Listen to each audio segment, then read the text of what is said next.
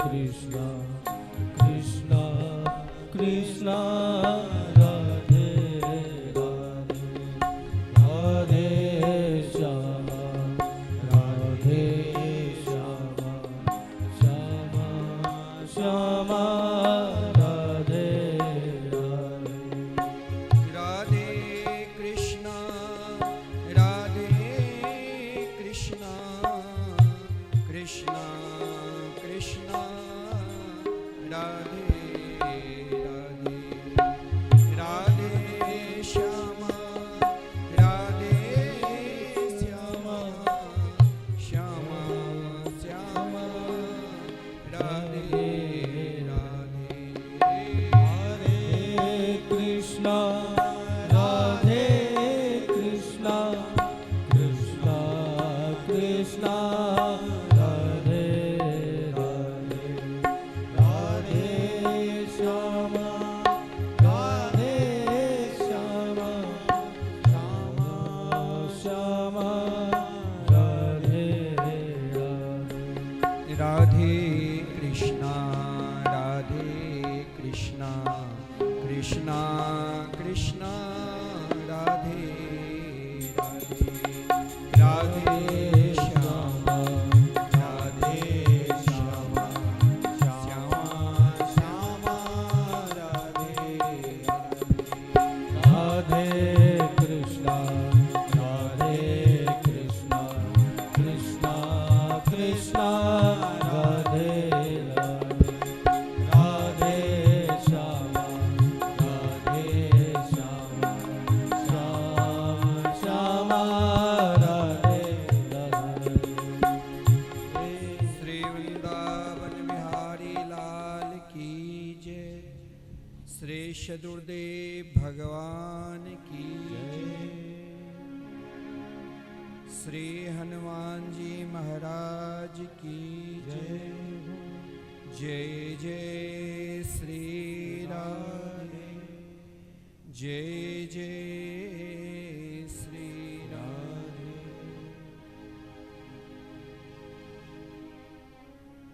आनंद कंद स्वरूप ब्रज पुरंदर नंदन वैदिक प्रतिपाद श्री यशोदा के लाडले लाल श्री नंद नंदन श्री श्याम सुंदर के बांगमयी प्रतिमूर्ति श्रीमद्भागवत महापुराण। भागवत स्वयं को अपने आप में जैसे भगवान श्री कृष्ण अपने आप में समस्त अवतारों की अवतारी, समस्त शेषों की शेषी, समस्त बेहों के बेहुए, समस्त अंगों की अंगी एकमात्र श्री कृष्ण है, उसी प्रकार श्रीमद्भागवत भी संसार के समस्त साधना, उन साधना के समस्त फल यानी वेद, उपनिषद, समस्त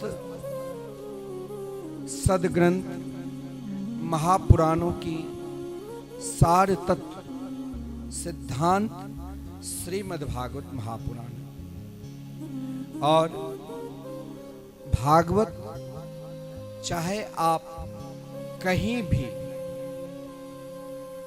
जैसे आप भगवान के चिंतन किसी भी अवस्था में, चाहे आप सो रहे हैं, चाहे आप जग रहे हैं, चाहे आप खा रहे हैं, चाहे आप पी रहे हैं, हर स्थिति में, हर परिस्थिति में आप जैसे भगवान के स्मरण करते हैं, उसी प्रकार भागवत के आप कहीं भी किसी भी अवस्था में स्मरण कर सकते हैं। क्यों? क्योंकि भागवत स्वयं भगवान के ही स्वरूप है। पद्म पुराण में कहा गया है, तेन अंगवांगमयी मूर्ति प्रत्यक्षा वर्तते हरे। भागवत कोई ग्रंथ या कोई पोथी नहीं, और इस समय जो भागवत के मुख्य यजमान श्री दामोदर जी त्रिपाठी जी एवं उनके समस्त त्रिपाठी परिवार जो भोपाल में निवास करते हैं, लेकिन श्री दामोदर जी की निष्ठा भगवान नाम के प्रति, वैसे तो भागवत कथा करने वाले हर जगह है, आजकल घर घर भागवत कथाकार है, लेकिन आप प्राय संत वाणी चैनल के माध्यम से निरंतर 1 घंटा आप भगवान नाम संकीर्तन की महिमा श्रवण कर रहे हैं। और मैंने देखा भी कि लोगों ने तो भागवत कथा श्रवण करते हैं, कहीं कोई नाचने में ही समय निकाल देता है, कोई गाने में ही समय निकाल देता है, कोई बाहर की स्वयं की विशेषता या अपना प्रभाव कि हमने जो जिसके अंदर जो प्रभाव है, चाहे समाज में उनको सब जानते होंगे या वो बहुत बड़े प्रतिष्ठित होंगे, वो अपना समय स्वयं अपनी प्रशंसा भागवत पीठ पर गुणगान करते रहते हैं। लेकिन हमारे शास्त्र में कहा गया है, चाहे आप कितने बड़े पुण्यात्मा या कितने ही बड़े धनवान क्यों नहीं, यदि आप अपनी प्रशंसा स्वयं को आप करते हो तो उसका फल क्या मिलता है? उसका फल यही मिलेगा कि आपका पतन होगा। लेकिन आजकल यदि किसी से लेना है तो प्रशंसा करनी पड़ेगी, परंतु सब प्रशंसा सुनकर आप चाहोगे कि हम सबको बस में कर ले, ये भी नहीं होता, क्योंकि हमारे शास्त्र में यह भी कहा गया है, सुलभा पुरुषा लोके सततम प्रिय बादिना अप्रियस्य प्रथियस्य वक्ता क्षुत्रासु दुर्लभम। मैं मानता हूं कि आप अध्यात्म से जुड़ रहे हैं, लेकिन आपका अध्यात्म कहां तक सीमित है? कोई व्यक्ति स्वयं को शांति के लिए तंत्र मंत्र की ओर भी बढ़ता है, कोई स्वयं को अपने आप को शांति के लिए नाना प्रकार के किसी के ऊपर, क्योंकि जन्म से ही सबसे बड़ा ग्रह इस संसार में है, जब हम जन्म लेते हैं और जब हम मरते हैं, इन जन्म मरण मृत्यु रूपी ग्रह कैंसर से दूर करने के लिए सबसे सरल और साधन सुगम उपाय एकमात्र हरि नाम संकीर्तन युगल नाम महामंत्र इस कलिकाल में। परंतु लोगों में आदत हो चुकी है, जैसे हम में आदत है या आप में, कि आप तब तक नहीं सोगे जब तक मोबाइल को देखते देखते देखते देखते स्वयं को नींद ना आ जाए, या तो मोबाइल के बैटरी डिस्चार्ज हो जाए या स्वयं बेचैनी आ जाए। उसी प्रकार जैसे मेरे अंदर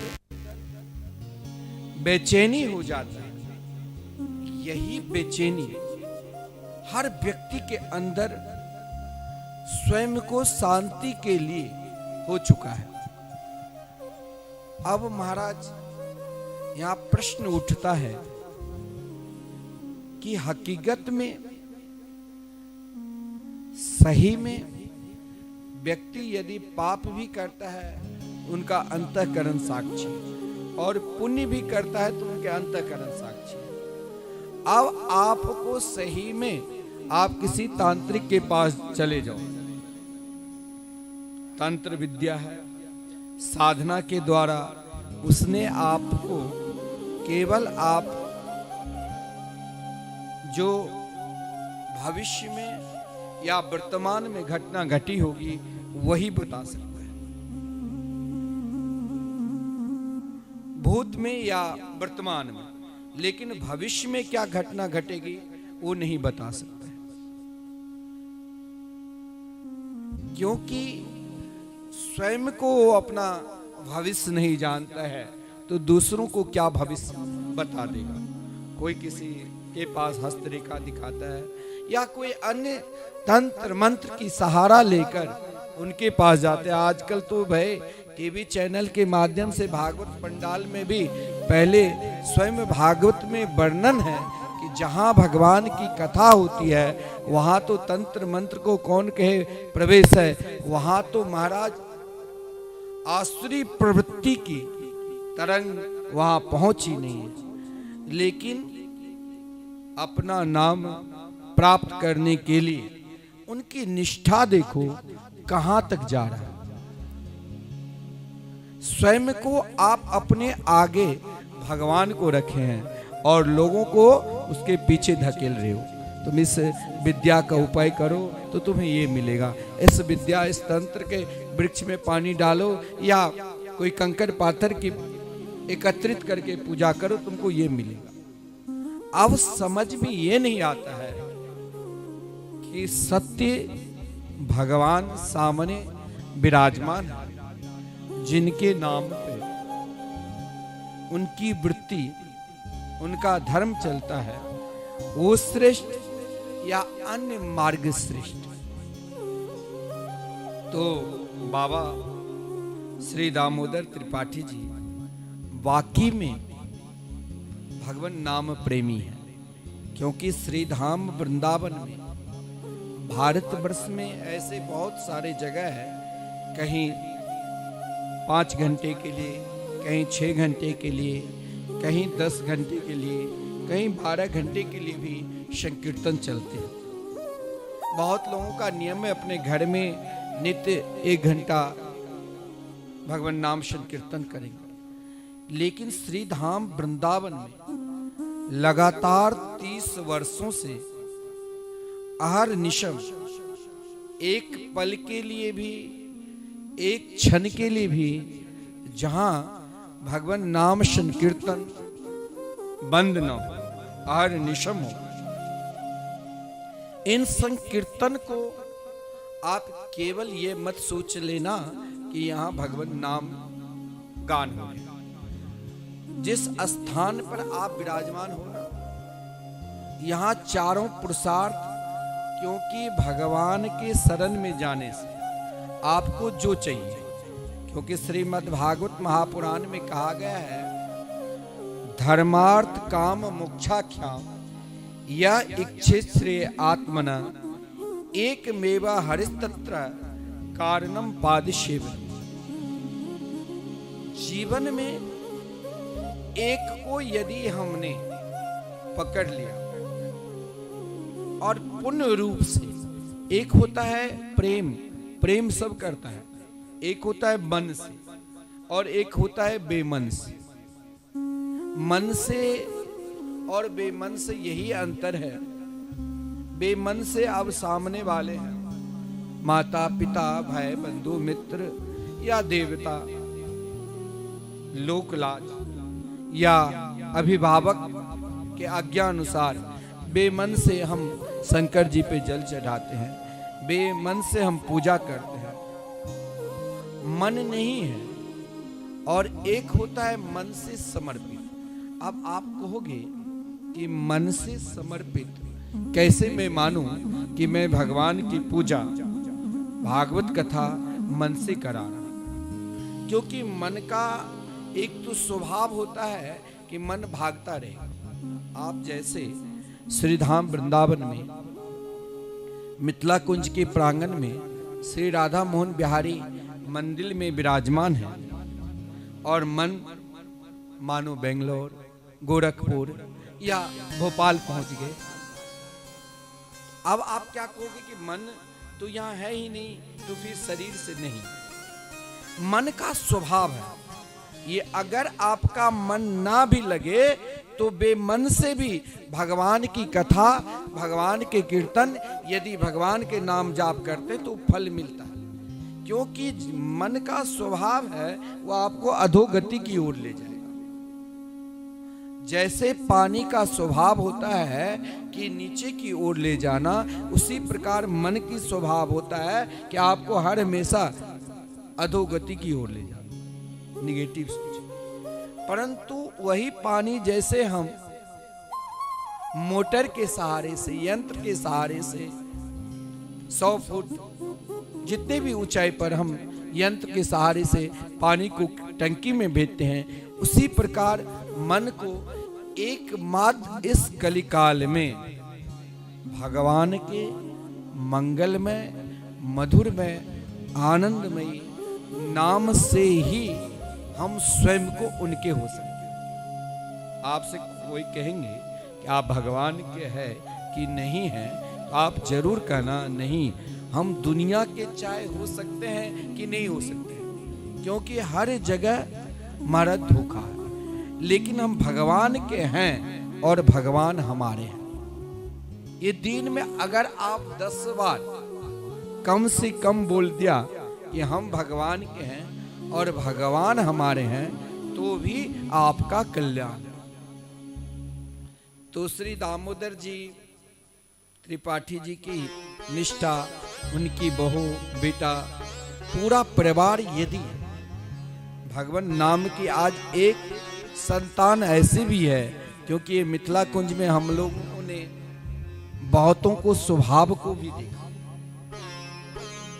करोड़पति बेटा, रोज 5-5 लाख रुपया कमाने वाले, और यहाँ पर सत्संग भवन जो है अपना मिथिला कुंज सत्संग भवन, जहाँ प्रायः भारतवर्ष के अनेक वक्ताओं, कथाकार कथा करने के लिए आए। लेकिन इस भूमि में ये विशेषता है, चाहे वो कैसे भी आए, लेकिन इन स्थान में ऐसी विशेषता है, वो जिस भाव से भगवान की कथा उद्देश्य लेकर इस प्रांगण में, इस सत्संग भवन में, क्योंकि वहां जहां पर भागवत निरंतर हो रही है, वहां पर 20 वर्ष तक लगातार संकीर्तन चला, तब वो सत्संग भवन वहां।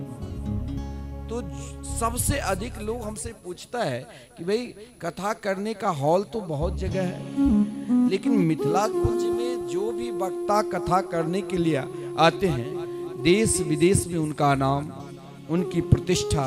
मैंने कहा यहाँ सबसे अधिक विशेषता और सुंदर तरंग है जो निरंतर भगवान नाम संकीर्तन चलता है। मुझसे लोगों ने कहा अब दक्षिण दिशा की ओर क्यों बनाए मंच? मैंने कहा यहाँ सामने परिक्रमा मार्ग है, अनेक नाम जापकों इन 24 घंटे में लाखों भगवान नाम जापक यहाँ सामने से निकलते हैं। उनकी हवा, उनकी तरंग भी अगर इस पंडाल में पड़ा तो चाहे वहां किसी भी प्रकार के गुणगान करे, उनका कल्याण भी होगा।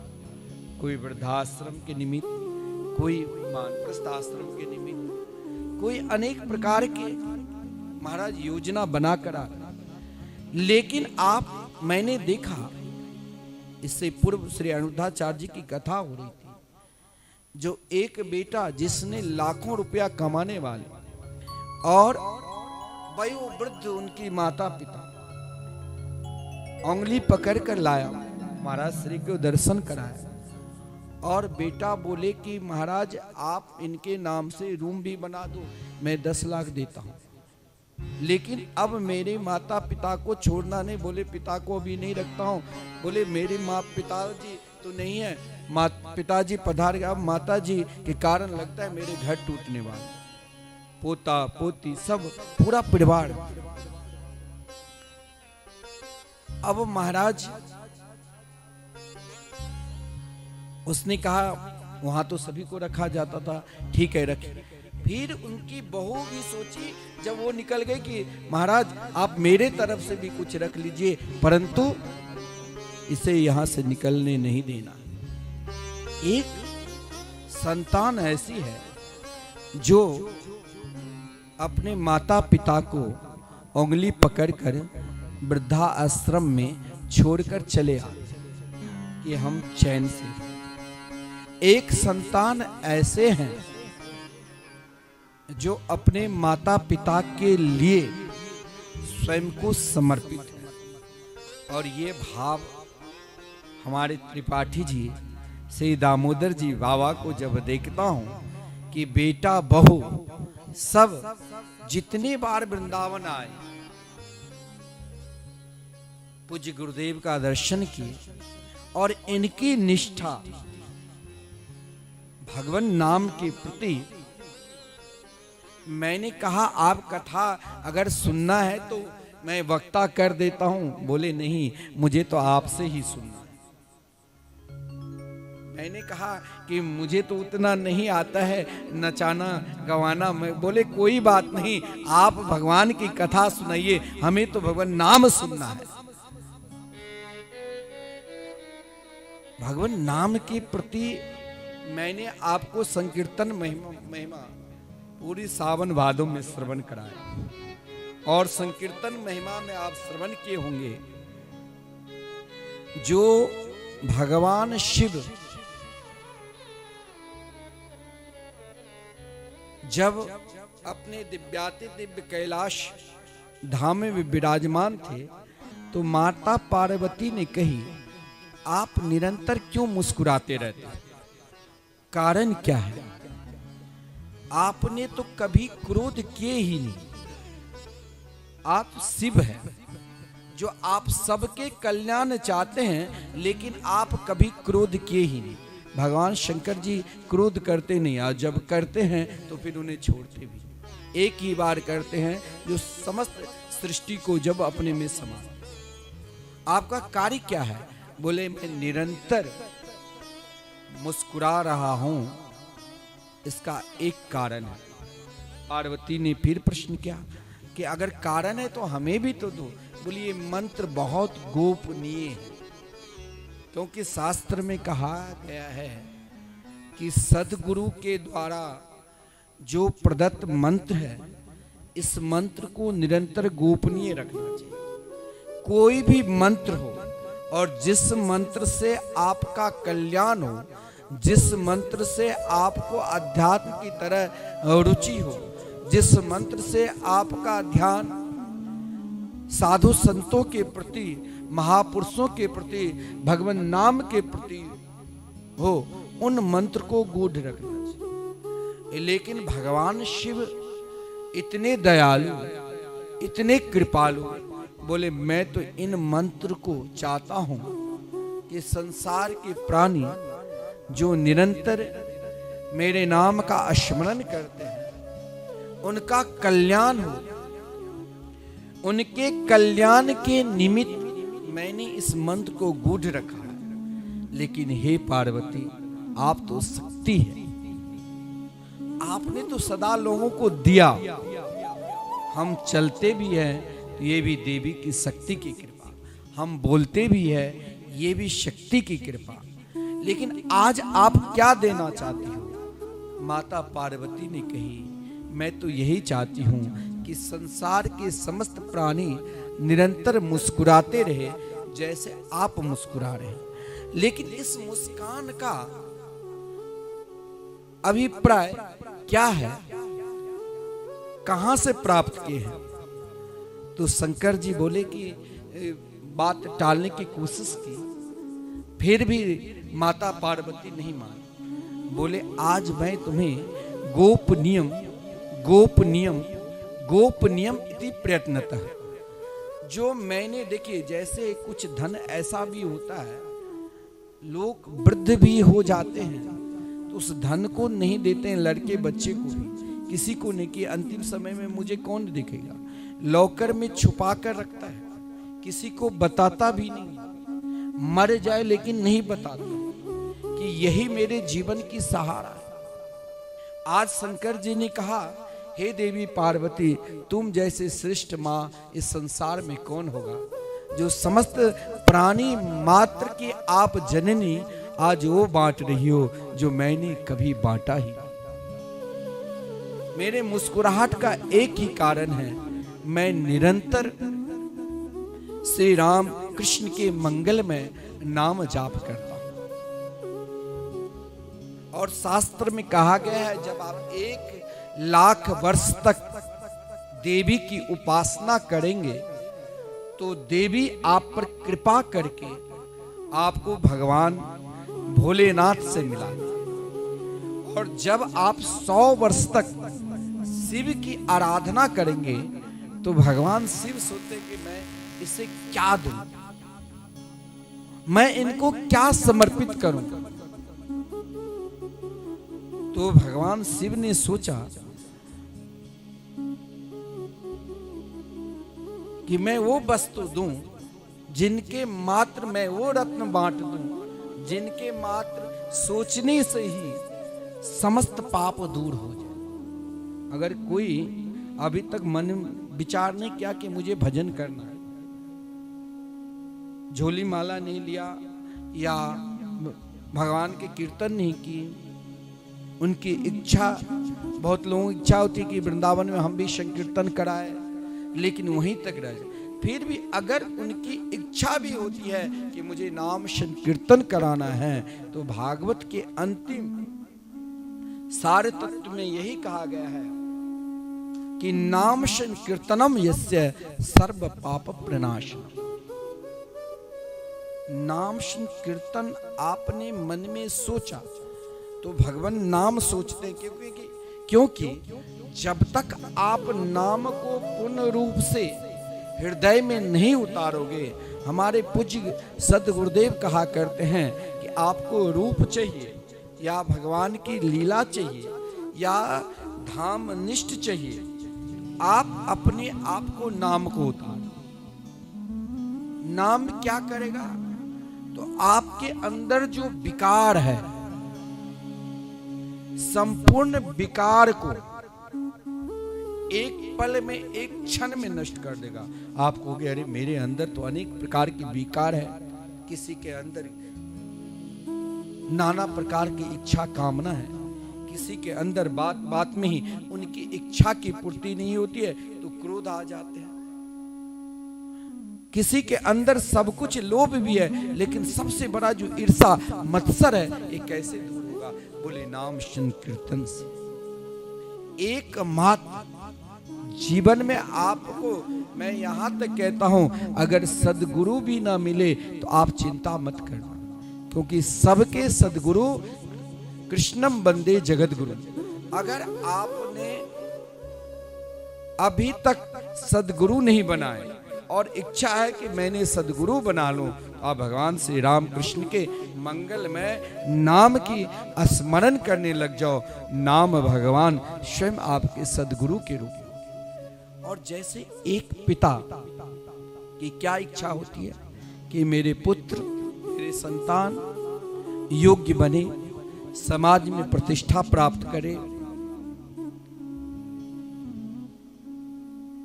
एक पिता की जैसे इच्छा, वैसे एक सदगुरु की भी यही इच्छा होती है कि मेरे शिष्य योग्य बने।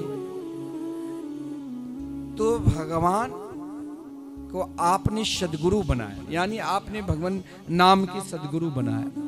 तो भगवान के नाम ने सोचा कि मैं अपने प्रिय से प्रिय शिष्य को क्या दूं, तो ढूंढने लगे। अब नाम से बड़ा कुछ था ही नहीं, तो स्वयं भगवान के मंगल में नाम 4 भाग में बटा लिया। एक नाम को पकड़ने मात्र से आप ध्यान देना, अगर आप हरि नाम संकीर्तन करते हैं, अगर आप भगवान के नाम का स्मरण करते हैं और स्वयं को आप उन्हीं नाम में ही अपने आप को डूबे हैं, आपका विश्वास है, तो क्या करेंगे? उससे बड़ा तो कुछ है ही नहीं संसार में। नाम से बड़ा कुछ है ही नहीं। ना कोई मंत्र है, ना कोई तंत्र है, ना कोई साधना है, और ना कोई इससे कुछ योग्य है। अब भगवान नाम ने सोचा कि मैं क्या करूं जिससे मैं सदा नित्य रहूं। तो सोचा मैं इसको ऐसा चीज दे दूं जो कभी हमसे अलग ही ना हो। तो भगवान के नाम, जैसे आपने श्री सीताराम, श्री राधे श्याम लिया, तो नाम भगवान ने अपने आप को चारों रूप में बांट दिया। पहला अपने रूप को, जैसे आप वृंदावन आते हैं, वृंदावन में आकर आपने रात्रि में, कई जगह तो आज भी है श्री कृष्ण जन्मोत्सव, और अधिक से अधिक दिन चलना चाहिए, लेकिन कल श्री राम वृंदावन में थे, घर घर में, तो आपके हृदय में उत्साह था कि कब 12 बजे रात्रि का समय आवे और हम रूप के दर्शन करें। भगवान की कैसी रूप है। तो रूप के दर्शन से पूर्व सब दिन भर क्या करते हैं, नाम की, श्री कृष्ण नाम के स्मरण करते,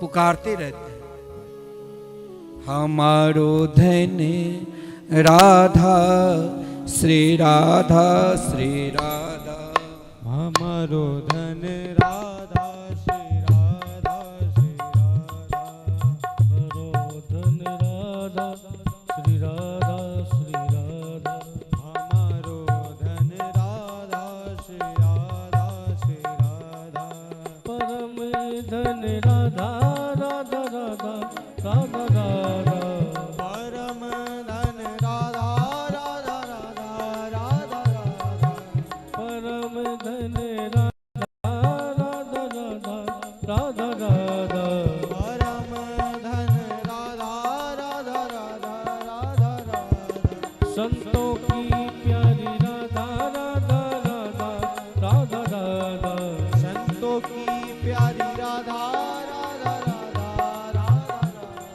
हमारो धन राधा श्री राधा श्री राधा, हमारो धन राधा श्री राधा, हमारो धन राधा श्री राधा श्री राधा, हमारो धन राधा श्री राधा श्री राधा, श्री राधा।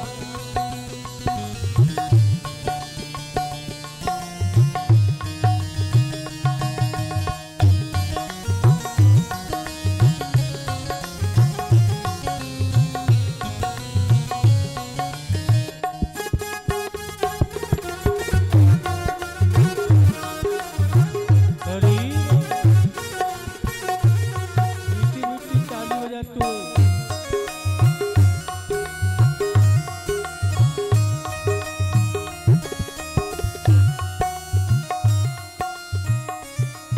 जीवन धन राधा राधा राधा राधा राधा, जीवन धन राधा राधा राधा राधा, प्राण धन राधा राधा राधा राधा राधा, प्राण धन राधा राधा राधा राधा, हम सबकी प्यारी राधा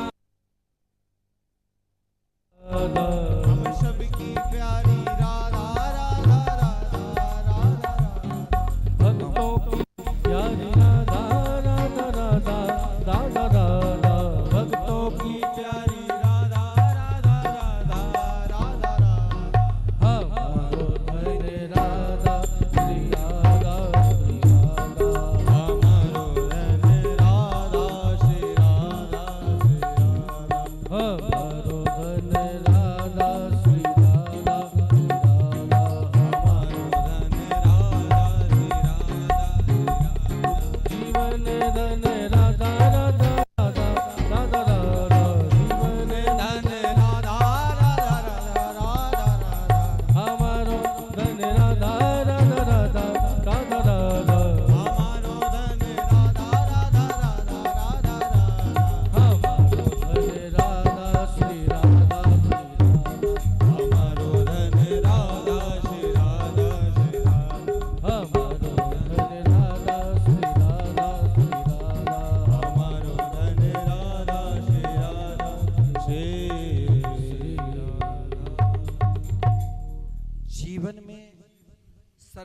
अनिष्ट धन एकमात्र प्रिया प्रीतम के मंगलमय मधुरमय आनंदमय नाम। अब आप से एक गूढ़ विषय की बात बता रहा हूं। मानो आप घर पे या कहीं भी पंडित जी से पूजन कराते हैं तो पंडित जी आपको पूजन के समय, पूजन के वक्त संपूर्ण पूजा कराने के बाद आपसे कहेंगे, यजमान आप एक अंतिम मंत्र बोलो, और वो आप ध्यान देना वो जो मंत्र क्या है। जब आप पुष्प हाथ में लेकर संपूर्ण पूजा हो जाता है, उन संपूर्ण पूजा में पंडित जी आपसे यही कहेंगे, यस्य अस्मृत्या च नामुक्त्वा तपो यज्ञ क्रियादिषु नूनम संपूर्णताम याति सद्यो बंदे तमच्युतम।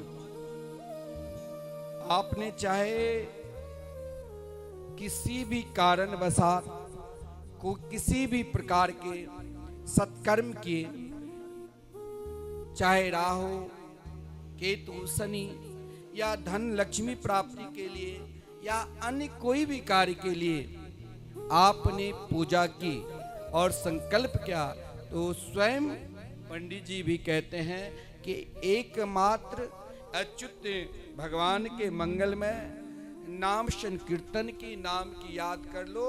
जो पूजा में किसी भी प्रकार की त्रुटि हुई है उनका दूर।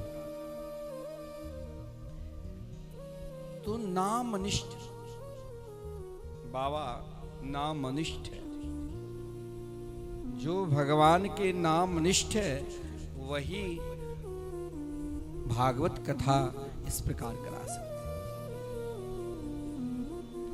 अब सवाल उठता है, अगर हम नाम निष्ठ है तो नाम से हमें क्या मिला?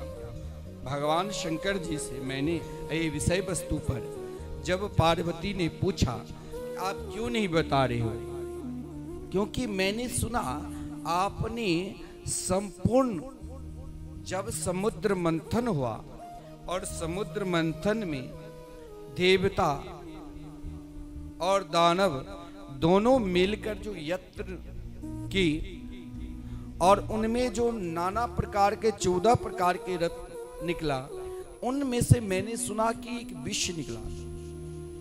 और मुझे भी याद है मैंने आपका अनुमोदन किया जब समस्त देवता ने आपकी स्तुति की। उन हलाहल विष को देखकर सब घबरा गए, असुर भी भाग गए थे, देवता भी भाग गए थे, ऋषि मुनि भी भाग गए थे। किसी को ताकत नहीं जो उस विष को पान करे। लेकिन आपने जब उन विष को पान किया और विष पान करने के बाद भी आप एक क्षण के लिए भी मूर्छित नहीं हुए। अगर कोई व्यक्ति, कोई महाराज एक क्षण के लिए, स्तब्ध के लिए नींद की गोली खा लेते तो 2-4 घंटे चैन से सो जाते, और किसी ने विष पान कर लिया तो बच सकता है। वो भी हलाहल विष जिसके स्पर्श मात्र से ही प्राणी मर सकता है। और आपने समुद्र से न जाने कितने टन विष निकला होगा, आपने उन विष को कैसे पान किया? हम लोग अपने विष को एक पल के लिए भी नहीं रखते। विष मतलब सीधा समझ लो क्रोध। विष क्या है? क्रोध। क्रोध एक विषैला की तरह होता है। क्रोध कब, किस समय, कहां, किस घड़ी, कैसे आ जाता है किसी को पता चलता है? क्रोध ही ऐसा है जो बिना सोचे समझे किस कारण से क्रोध आ जाता है वो नहीं चलता। लेकिन उस क्रोध में कहीं न कहीं क्या छुपा रहता है? क्रोध में, क्रोध आता है, कामना की पूर्ति नहीं होती है तभी क्रोध आता है। क्रोध एक प्रकार के विष की तरह है। और उन विष को आपने सहज से मुस्कुराकर पान कर लिया और आपको कुछ बिगड़ा नहीं। तो माता पार्वती जब प्रश्न किया तो शंकर जी ने कहा, आपको पता है मैंने तो विष पान किया, ये मैं भी नहीं जानता हूं, और ये प्रश्न करना है तो आप जाओ नारायण से करना। नारायण ने मुझे आदेश दिया तब मैंने विष पान किया। पार्वती जी ने भगवान नारायण विष्णु भगवान के पास गए कि प्रभु आप ये बताओ कि आप त्रिदेव है, ब्रह्मा विष्णु महेश, तीनों देव आप बराबर ही है, तो आप क्यों नहीं विष पान किए बल्कि भोलेनाथ को विष पान क्यों कराया? भगवान नारायण मुस्कुराते हुए पार्वती से कही, हे पार्वती, भोलेनाथ बहुत चालाक है। अरे चालाक तो आप हैं, भोलेनाथ तो बहुत भोले हैं, वो तो शिव है। बोले नहीं, बहुत चालाक है। इसने जो पान किया है ना वो कोई कर ही नहीं सकता, और जो कर लेगा वो शिव हो जाएगा। बोले क्या क्या? बोले आज जो समुद्र मंथन हुआ, इन समुद्र मंथन के विष पान करने की ताकत किसी ना देवताओं के पास, ना किसी ऋषि मुनियों के पास, और असुर को कौन की। लेकिन भोलेनाथ जो विष पान किया, इसके लिए आप जानते हो, इससे पूर्व में एक बार समुद्र मंथन हुआ। जिन समुद्र मंथन में यहां तो केवल 2 व्यक्ति ही मुख्य रूप था। एक तरफ मुख पकड़ रखा था असुर प्रवृत्ति के दैत्यगण असुर लोग, और एक तरफ देवतागण। लेकिन वहां जब समुद्र मंथन हुआ उसमें कोई आसुरी प्रवृत्ति के था ही नहीं। वहां तो महाराज सतयुग त्रेता द्वापर कलयुग जितने भी प्राय भगवान के भक्त हुए, साधक हुए, ऋषि मुनि, उसने मंथन प्रारंभ की। अनेक साधनाओं के मंथन करने के उपरांत वेद के मंत्र को मंथन करने लगे। अब इन मंत्र से वेद का मंथन करते करते उसमें 1,00,000 प्रकार के रत्न निकले थे। 1,00,000। समुद्र मंथन में तो 14 प्रकार के रत्न निकले थे, लेकिन ऋषि मुनियों ने जब वेद का मंथन किया तो 1,00,000 मंत्र जो हम सब के लिए जो अमृत की तरह मिला, सो 1,00,000 मंत्र। जिन मंत्रों के कुछ जो कर्म कांडी लोग थे, जो कर्मकांड को मानने वाले, बोले इस मंत्र को मैं अपने निकट रख लूं तो मेरा कर्मकांड चलता रहेगा। तो 80,000 कर्मकांड के लोग ले लिया, ऋषि मुनि जो कर्मकांडी थे। उसमें से कुछ मंत्र बचा तो 4,000 बड़े बड़े ज्ञानी जो वेद पुराण इतिहास के ज्ञाता था, जिसने अपने विद्वता के द्वारा, अपने ज्ञान के द्वारा सदा विश्व विजय होता था, उसने ले लिया कि हमने इस ज्ञान के सहारे इस संसार में विजय को प्राप्त करेंगे, संसार से विजय को प्राप्त करेंगे ज्ञान के सहारे। कर्मकांडी बोले कि हम अपने कर्म के द्वारा इस संसार में विजय प्राप्त करके भगवान को प्राप्त। उनमें से कुछ मंत्र बचा 16,000 मंत्र का 2 अक्षर छोड़कर बड़े बड़े उपासक बोले, सबकी उपासना, सबकी पद्धति अलग अलग है। आप किसी ने दुर्गा जी की उपासना, किसी ने शंकर जी की उपासना, किसी ने हनुमान जी की उपासना, किसी श्री राम की उपासना, किसी के हृदय में श्री कृष्ण की उपासना के प्रति, सब अपने अपने उपासना ले लिया।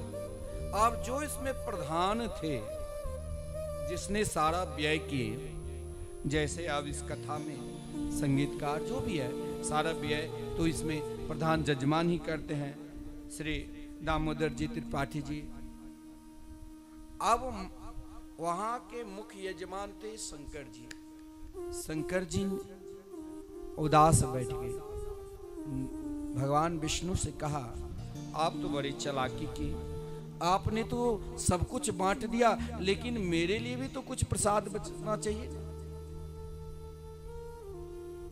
भगवान विष्णु ने कहा, आपके पास तो चाहे ज्ञानी ले लिया, चाहे कर्मकांडी ले लिया, चाहे उपासक ले लिया, लेकिन आपके पास मैं ऐसा चीज दे रहा हूं जो ये लेंगे उसके पास ये ज्ञान, कर्मकांड और उपासना उनके पीछे पीछे चलता रहे। बोले क्या दोगे? बोले आपके पास मात्र 2 अक्षरात्मक से राम नाम प्रदान कर। शंकर जी के हृदय में इतनी प्रसन्नता हुई कि मुझे संपूर्ण मंथन के सार श्री राम नाम में मिल गया। अब मैं इसी को मंथन निरंतर करता रहूंगा। बोले जितने बार मंथन करो, आप एक दिन खूब अष्टजाम कर लो, खूब पूजा पाठ भगवान के कीर्तन कर लो, और दूसरे दिन कोई जरूरत नहीं, तो मंथन से बढ़िया बढ़िया आपका भाव नहीं जगे। लेकिन भोलेनाथ निरंतर मंथन किए, और ये बात केवल भगवान विष्णु जानते थे। इसीलिए पार्वती से भगवान विष्णु ने कहा, भोलेनाथ ने अकेला ही संपूर्ण अमृत पान कर लिए, और वही अमृत था श्री राम नाम रूपी अमृत। जिसने पान कर लिया उसे विश्व रूपी अमृत क्या कर लेगा। इस संसार में आप समस्त सुख सुविधा को भोगो, लेकिन अगर आपके हृदय में भगवान के मंगलमय नाम है तो यही सुख सुविधा केवल यहाँ नहीं, वहां भी, इलोक भी और परलोक में भी आपके लिए वो कल्प वृक्ष की तरह है। कब? तो जब आप भगवान के मंगलमय नाम का आश्रय। तो श्रीमद् भागवत महापुराण ही नाम पुराण है। और श्रीधाम वृंदावन में जो विश्व में प्रथम बार एकमात्र मिथिला कुंज के प्रांगण में हमारे पूज्य गुरुदेव ने कहा, भागवत वक्ता बहुत, भागवत तो सबको दे रहे हैं, लेकिन भागवत भगवान के प्रत्यक्ष 18,000 श्लोक सब एक साथ दर्शन करें तो क्यों नहीं अपने पास जितने ही जगह है उतने में ही संपूर्ण भागवत की श्लोक विराजमान हो जाए, क्योंकि भागवत साक्षात श्री कृष्ण के स्वरूप है।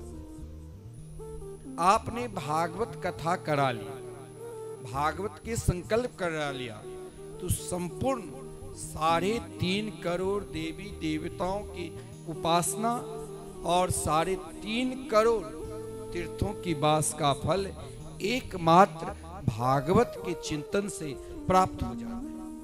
क्यों? भागवत ऐसा क्या है? तो भागवत तेन अंगबांगमयी मूर्ति प्रत्यक्षा वर्तते हरे। भागवत साक्षात श्री कृष्ण के अभिन्न स्वरूप है, श्री कृष्ण के स्वरूप ही है। इसीलिए भागवत के प्रारंभ में आप ध्यान दोगे तो भागवत के मंगलाचरण में ही भगवान ने स्वयं, व्यास जी जो स्वयं भगवान के अवतार के रूप में व्यास जी के नाम है, लेकिन भागवत के एक ही श्लोक में अगर आप ध्यान दोगे तो एक श्लोक में यहाँ भगवान के रूप भी और भगवान की लीला भी और भगवान के धाम भी, चारों को निरूपण मात्र एक श्लोक में ही कर दिया। अब इन चारों का निरूपण मैं तो एक ही श्लोक पे 7 दिन तक गुरुदेव की कृपा से बता सकता हूं, लेकिन प्रसंग को संपूर्ण करना ही पड़ेगा। तो एक ही श्लोक में संपूर्ण भागवत विराजमान और संपूर्ण भागवत के सारे तत्व भी एक ही श्लोक में अगर जानने वाले पहचान जाते। भागवत के मंगलाचरण में ही लिखा है, सच्चिदानंदरूपाय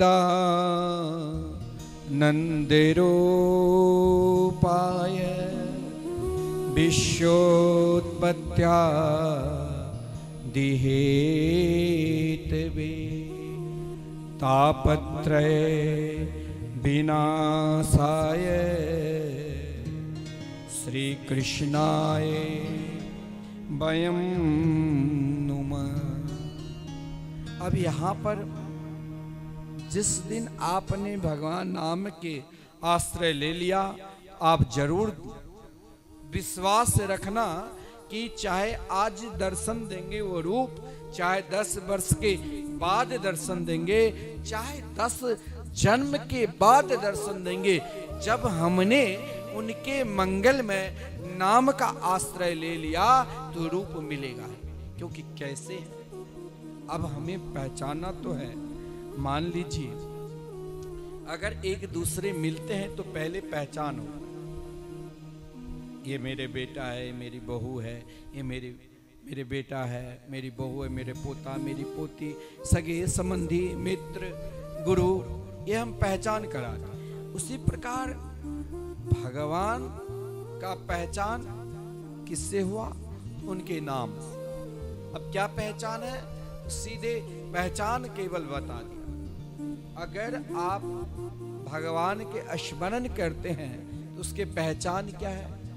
अगर हम आपको पहचानेंगे कि ये व्यक्ति ऐसा समर्थशाली है, इसके पास जाऊंगा तो मेरे समस्त कार्य सिद्ध हो जाएंगे, जो मेरा कष्ट है, दुख है, सब दूर हो जाएगा। तो बिना पहचान से तो दूर होगा नहीं। तो पहचान कहा सच्चिदानंद रूपाय, मात्र एक श्लोक भी नहीं, आदि श्लोक की आदि सच्चिदानंद। आप पहचान दिया जो सत्य है। अब आप यही देख लेना, जीवन में कौन सा ऐसा वस्तु है जो सत्य है, असत्य है। वस्त्र सत्य है, बढ़िया बढ़िया वस्त्र है तो ये क्यों फटते? शरीर सत्य है तो लोग मरते क्यों हैं? कोरोना काल में देखा, किसी के पिता, किसी के पुत्र, किसी के पत्नी, किसी के संबंधी। पति पत्नी ही सत्य है तो तलाक क्यों? एक दूसरे अलग क्यों? लेकिन यहां पूर्ण रूप से सत्य का ज्ञान करा दिया है। क्या सत्य है? तो सत्य कहां पर है? ऐसा नहीं है जो सत्य हर जगह है। सत्य अगर नहीं है तो हम एक दूसरे को पहचानते ही नहीं, ज्ञान ही नहीं। हम सब मानव है, हम सब एक जीवात्मा मानव के रूप में आए, लेकिन सत्य हमको पहचाना, ये तुम्हारा दादा, ये तुम्हारी दादी है, ये माता है, ये पिता है, ये भाई, ये बंधु है। तो यहाँ सत्य पहचान करा दे। सत्य क्या है? तो भगवान के नाम। नहीं, आप घर पे कथा कराते हैं, सत्य ही नारायण है, नारायण ही सत्य है, यानी सत्य नारायण। अब सत्य का काम क्या है? कोई व्यक्ति स्वयं को अपनी की प्रशंसा करने लग जाए तो आप सोचोगे या तो ये पागल हो गया, या ये अभिमानी है, या ये निरा मूर्ख है। तीन ही चीज बोली। अपनी प्रशंसा भी बार बार नहीं करना चाहिए और नहीं अधिक करवाना चाहिए। इससे क्या होता है? अभिमान आता है। क्या हुआ? तो महाराज ययाति बहुत प्रतापी राजा, और महाराज ययाति जिन वंश में भगवान स्वयं अवतार लेते, महाराज ययाति ने खूब धर्म किया, बहुत पुण्य किए।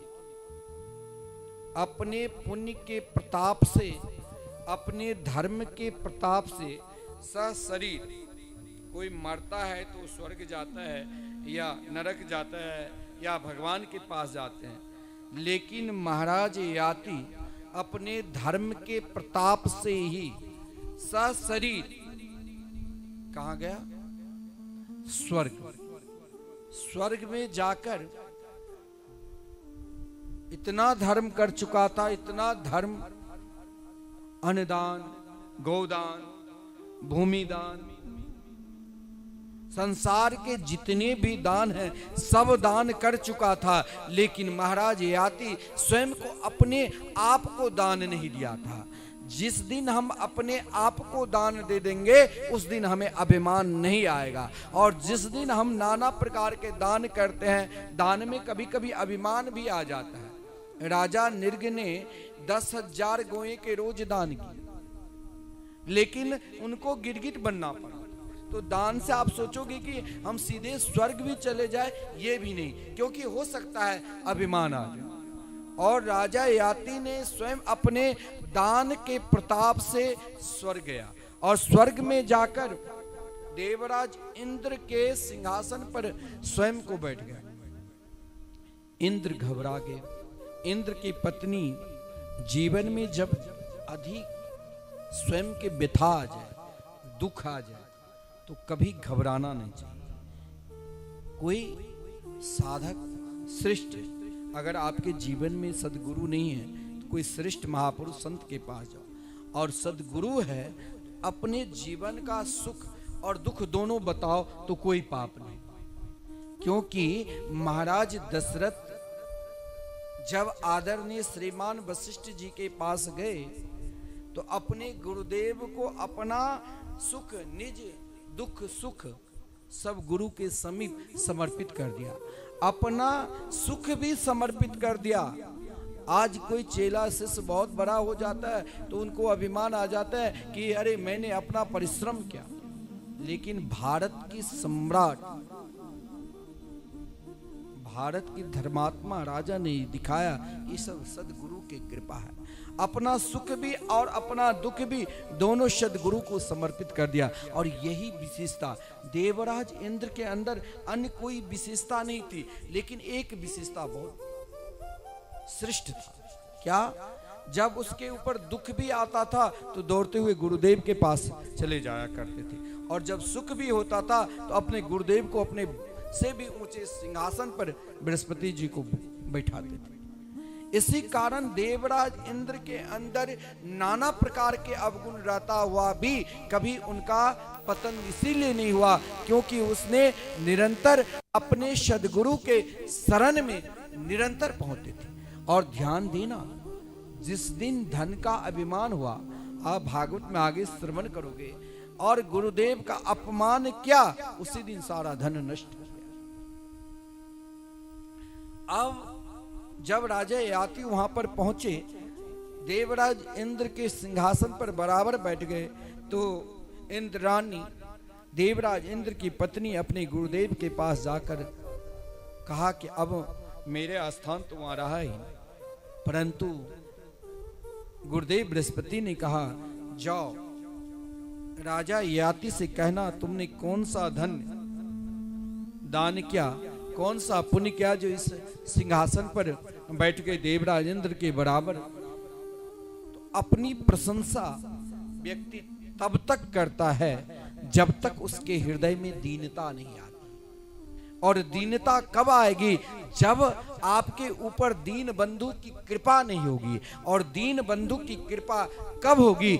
जब आप अपने आप को छोटे बन जाओगे, तब ही दीन बंधु की कृपा होगी। क्योंकि भगवान श्री कृष्ण जब ग्वाल वालों के साथ वन में गोचारण करने के लिए गए, और जब गोचारण करने के पश्चात महाराज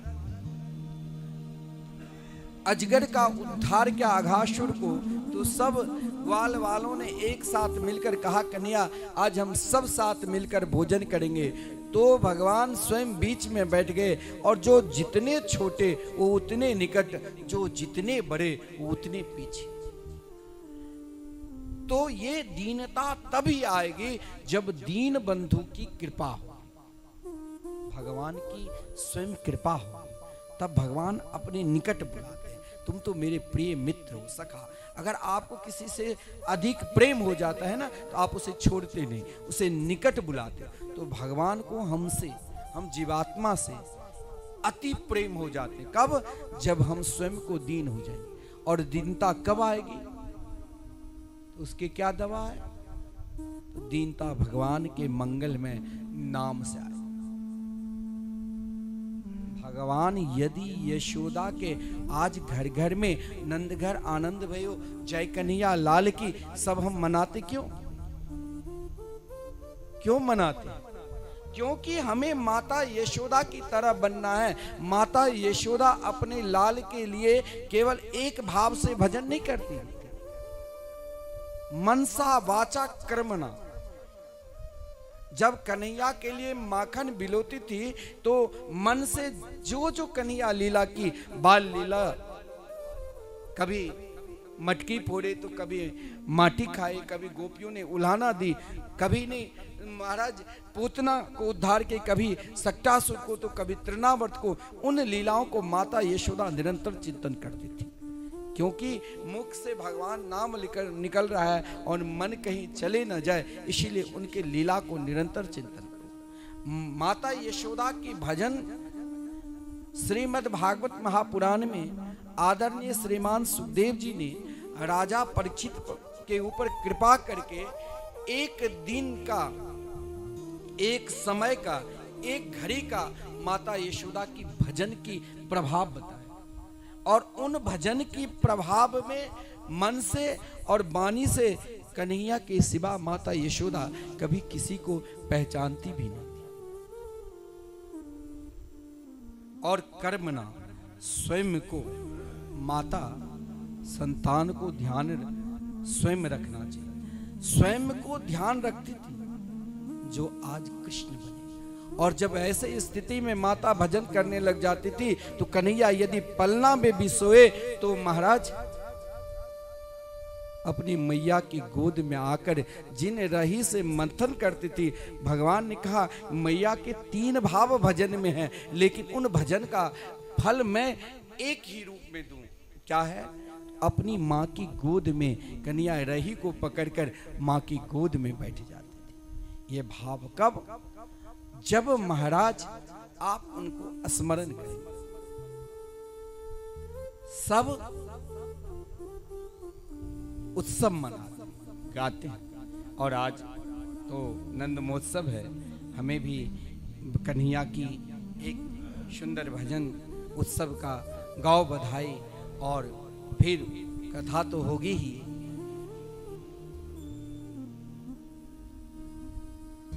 तो केवल जीवन का उत्सव ही हमें मनाना है। कौन सा उत्सव? उनके मंगल में नाम का उत्सव। नाम क्या है? तो नाम ही सर्वप्रथम आप कहीं भी किसी भी वक्ताओं के मुख से, चाहे कोई जानकारी है चाहे नहीं है, तब भी वो वक्ता यही प्रारंभ में श्लोक कहेंगे, सच्चिदानंद रूपाय विश्वोत्पत्त्यादि हेतवे तापत्रय विनाशाय श्री कृष्णाय वयम् नमः। यानी सब जानते हैं। ऐसा नहीं है जो नहीं जानते हैं कि भगवान के मंगल में नाम ही श्रेष्ठ है, सर्वोपरि है, फिर भी उनके भाव भगवान नाम के प्रति क्यों नहीं जाते? किस लिए नहीं जाते? वो क्यों नहीं कन्हैया को पल्ला में झुलाते? ये तो सब कहेंगे कन्हैया कैसे हैं? तो सच्चिदानंद रूपा है। सत्य बोल देंगे, जो सत्य थे सत्य है और सत्य ही रहेंगे। चाहे किसी भी प्रकार के युग क्यों ना आ जाए, लेकिन वो सत्य कभी दूर नहीं। लेकिन उन सत्य को पहचानना है। आदरणीय श्री मान बल्लभाचार्य जी सत्य को अपने पुत्र में, छोटे से बालक है ना, आप यहां भी भगवान को पहचान सकते हैं। 5 साल तक अपने ही संतान में कन्हैया को देखा, और वो जैसे करते थे उनको पद में, भाव में, भजन में गा देते थे। और गाते गाते ऐसे भाव विभोर हो जाते थे कि वो बालक साक्षात श्री कृष्ण के रूप में आकर उनके गोद में बैठ जाते। कैसे? तो सत्य को पहचाना। सत्य कैसे है?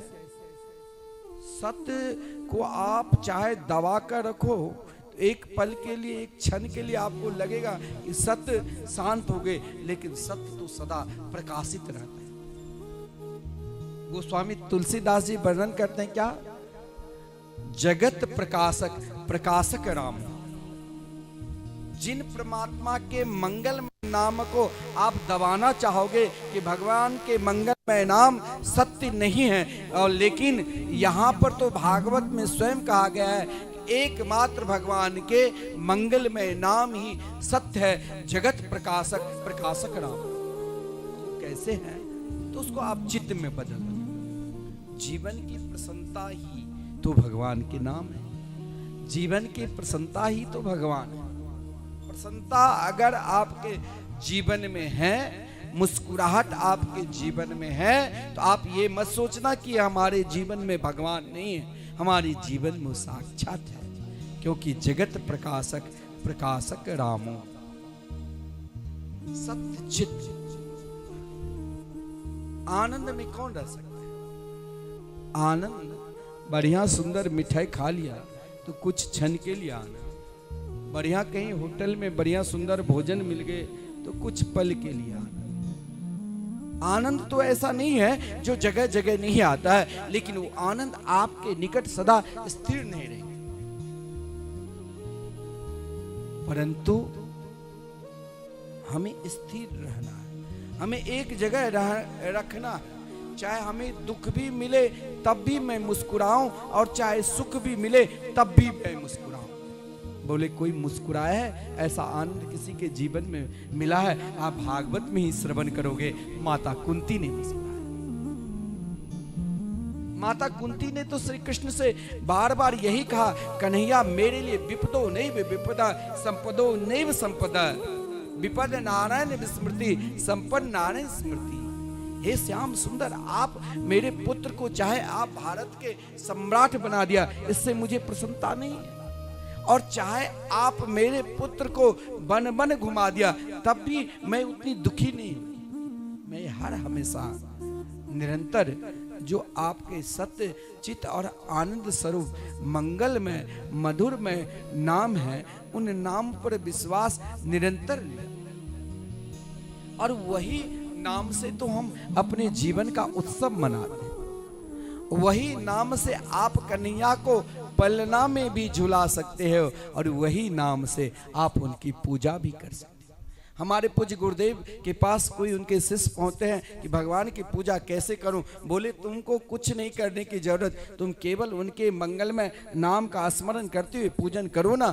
जो पूजन तुम 100 वर्ष तक कर्मकांड के द्वारा करोगे वो फल मिलेगा। वही फल एक दिन यदि तुम हरि नाम कीर्तन युगल नाम महामंत्र के द्वारा भगवान की पूजा करते हो तो वही फल आपको तुरंत मिल जाएगा। चाहे आपका मन भजन की ओर जाए, चाहे आपका मन कीर्तन की ओर जाए, आपको केवल पुकारना है और प्रार्थना करना है। हम सबको पुकारो, चाहे जिस भाव से। आज घर घर में कन्हैया के उत्सव चल रहे हैं, क्योंकि आज श्री कृष्ण जन्मोत्सव के आज नंद महोत्सव है। अरे लाला जायो लाला जायो ब्रज में है रही जय जयकार, नंद घर लाला जायो ब्रज में है रही जय जयकार, नंद घर लाला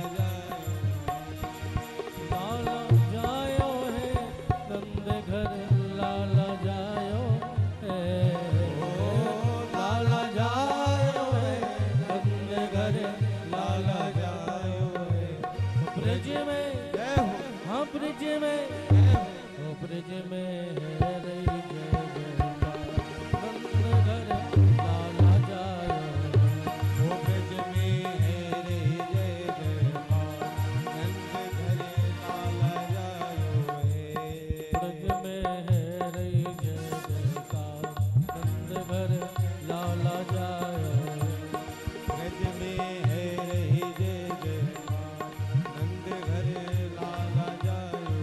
हरि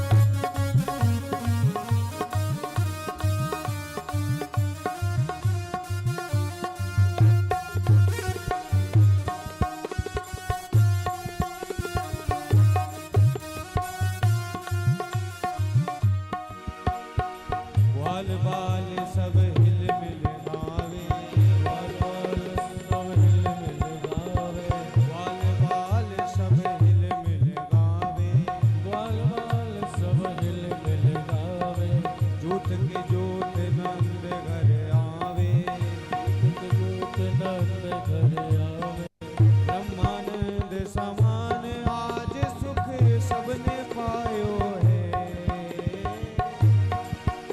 समान आज सुख सबने पायो है।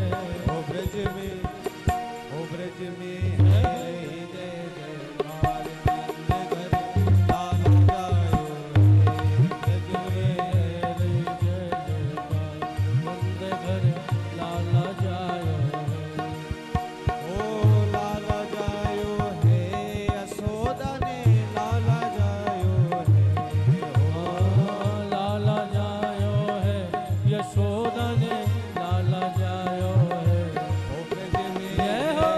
जय जयकार नंद घर लाला जायो है, ब्रज में है रही जय जयकार नंद घर लाला जायो है। ओ ब्रज 84 कोस में भैया, ब्रज 84 कोस में भैया, ब्रज 84 कोस में भैया, ब्रज 84 कोस में भैया, सब ही कहे धन यशोदा मैया, सब ही कहे धन यशोदा मैया। 80 साल की आयु में सो लाला जायो है, ओ 80 साल की आयु में सो लाला जायो है। ओ 80 साल की आयु में सो लाला जायो है, जय हो। 80 साल की आयु में सो लाला जायो है, ओ ब्रज में है रही जय जयकार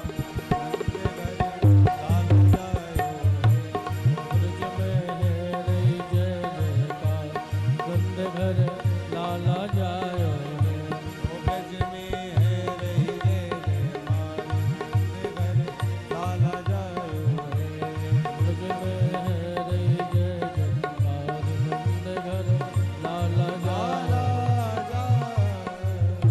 बोले नंद के लाला की। जीवन जब जिस घड़ी जिस समय भगवान में लग जाए वही श्रेष्ठ और उत्तम कहा। क्योंकि सज्जनों, मनुष्य मात्र बालापन से ही भगवान के मार्ग में यदि लग जाए, आपका बालापन कब तक है? बालापन तब तक है जब तक आप भगवान को नहीं पहचान। बालापन किसी के कौम ये नहीं अवस्था को नहीं देखा जाता। बालापन तब तक है, छोटे सा बालक क्या होता है, कोई अज्ञानी के तो उसको चाहे आप एक हाथ में लड्डू दे दो तो मुस्कुराने लग जाएगा, एक थप्पड़ मार दो तो रोने लग जाएगा, फिर लड्डू दो तो हंसने लग जाएगा, क्योंकि उसके पास किसी भी प्रकार की ऐसी महाराज ईर्षा है ही नहीं। तो कहा गया है कि परमात्मा के चरणार में केवल आज मंगलाचरण के हम एक ही श्लोक पर आज संपूर्ण भागवत के जो सारे तत्व है, क्योंकि मंगलाचरण वैसे भागवत की महिमा 6 अध्याय तक है। महात मतलब भागवत की महिमा, लेकिन मंगलाचरण में इन 6 अध्याय का प्रथम अध्याय के प्रथम श्लोक में ही संपूर्ण भागवत के सारे तत्व व्यास जी ने समर्पित कर दिया है। और यहां तक कहा गया है, यदि तुमने अपने जीवन में सत्यचित और आनंद को हृदय में बसा लिया, क्योंकि संपूर्ण मानव मात्र बालपन से ही यदि भगवान के मार्ग में लग जाए तो वो पूर्ण रूप से महात्मा बन सकता है। अब महात्मा ये नहीं है कि केवल आपने वस्त्र धारण कर लिया तो ही आप महान। जिस दिन आप भगवान को पहचान गए, जिस दिन जान गए कि मैं जब इन दुनिया में रहकर सब कुछ प्राप्त कर सकता हूं, धन दौलत मान प्रतिष्ठा, तो भगवान को क्यों नहीं प्राप्त कर सकता हूं।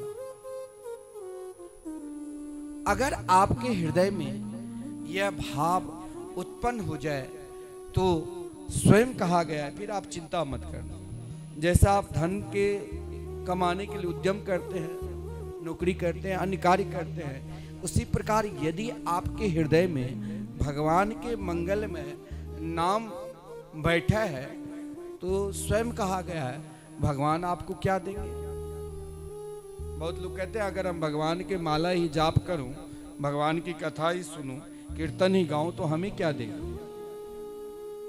भगवान ने तो सदा दिया है, वो लेते कभी है ही नहीं, वो कभी नहीं लेते हैं। आप अगर रसोई भी बनाते हो ना, तो यदि आप क्रोध में रसोई बनाओगे तो भगवान उसका फल आपको देगा। क्या रसोई बनाने वक्त यदि आप क्रोध करके रसोई बनाते हो तो उसका फल भगवान देगा। अब आपको कि भगवान खाते कहाँ, हमने 56 प्रकार के व्यंजन तैयार कर दिया या हमने सूखे रोटी रख दिया, वो खाते कहाँ। बोले तो खाते हैं, क्योंकि उनका नाम ही है रसो वैसा। वो अन्न का रस लेंगे, आपका भाव का रस लेंगे, वो केवल भाव के भूखे हैं। यदि आपका रस में कामना है, आप भगवान के मंदिर पूजा करने के लिए जाते हो, पूजा करते हो, और अगर आपके अंदर ही ये है कि हमें प्रतिष्ठा मिले, हमें धन मिले, तो उसका फल मिलेगा। ऐसा नहीं है जो भगवान देते नहीं। आज तक भगवान ऐसा कोई भी प्राणी इस संसार में नहीं जो ब्रह्मा की सृष्टि में जन्म लिया है उसे भगवान दिए ही नहीं। अरे यहां तक कबीरदास जी ने कहा कि चींटी के पग नूपुर बाजत, वो भी साहब हमारे सुनते। चींटी जब चल रहे हैं और उसके हृदय की क्या भाव है वो जब जान सकते हैं तो सबको देते हैं। ऐसा कोई भी प्राणी नहीं है जिसको आज तक दिए ही नहीं। आप कहोगे कि हमने तो भगवान की पूजा की, लेकिन पूजा करने वक्त भी हमें क्रोध आ गया, तो इसमें भगवान की क्या दोष। आपने आज तक जो भी चिंतन किया उसमें आपका क्रोध भावना था, इसीलिए उसका फल और आपको क्रोध बढ़ जाता है। बहुत लोगों को प्रश्न होता है ऐसा क्या करूं, लोग कहते हैं कि भगवान की पूजा करो, मैं तो रोज मंदिर जाता हूं फिर भी क्रोध कहां शांत हो। क्योंकि आप निरंतर क्रोध का ही चिंतन करते, आपकी ईर्षा है और उन ईर्षा लेकर आप रसोई बना रहे हैं घर में, और अगर घर में रसोई बनाकर सामने वाले, हम तो ज्यों के त्यों ही रहे, सामने वाले इतने बड़े क्यों हो गए, कहां से धन आ गए, तो आप ईर्षा रूपी भोग यदि उनको पुरस्कारी करोगे और आप चाहोगे कि हम सबरी और मीरा बन जाए, कैसे हो जाएगा। क्योंकि आपको भगवान दे रहे हैं, क्योंकि स्वयं कहा गया है कि विश्वोत्पत्त्यादि हेतु, जब सारा विश्व सारा ब्रह्मांड उनका है, जो महाराज विश्व को स्वयं विस्तार भी करते हैं और पालन भी करते हैं और अपने में समा लेते हैं। जैसे छोटे से बालक खेल रहे हैं, खेलते खेलते ऊधम मचाते हैं तो माता उसे एक चाट भी मार देती है, तो उसका उद्देश्य ये नहीं है कि इसको कष्ट पहुंचे। उसी प्रकार भगवान अगर आप अपना में समा भी लेते हैं तो भगवान यही चाहते हैं कि किसी तरह मेरा हो। अब यहां पर एक भाव और भी आप कह सकते हो भगवान के विषय में कि मैं कैसे उनके निकट जाऊं। पहले बता दिया आपको, आज से ध्यान रखना, जो भी कथा अमृत मिथिला कुंज यूट्यूब चैनल के माध्यम से, सरनम टीवी के माध्यम से श्रवण करोगे तो आप यही देखना कि बहुत लोगों का ये प्रश्न होता है कि महाराज क्रोध जा ही नहीं रहा है, बहुत क्रोध क्यों नहीं जा रहा है। हम तो पूजा भी मंदिर में करते हैं, हम तो दान भी देते हैं, अरे ऐसे ऐसे दानी, एक व्यक्ति ने कीर्तन कराया वृंदावन में और 1 महीने के बाद गाली देना प्रारंभ किया कि मेरा पैसा, मैंने जो कीर्तन किया वो लौटा दो पैसा। अब जो कार्यालय में फोन उठाते हैं, शास्त्री जी बोले भाई मैं कहाँ से दूं, दान की गई वस्तु तो मैं दे ही नहीं सकता हूं। गाली देने लगे, मुझसे कहा, मैंने कहा गाली भी दे रहा है, दे ही तो रहा है, आपसे ले तो नहीं रहा है। सुनो, भगवान ने शिशुपाल दिया, क्या दिया? कोई धन दौलत नहीं दिया, उसने गाली दिया।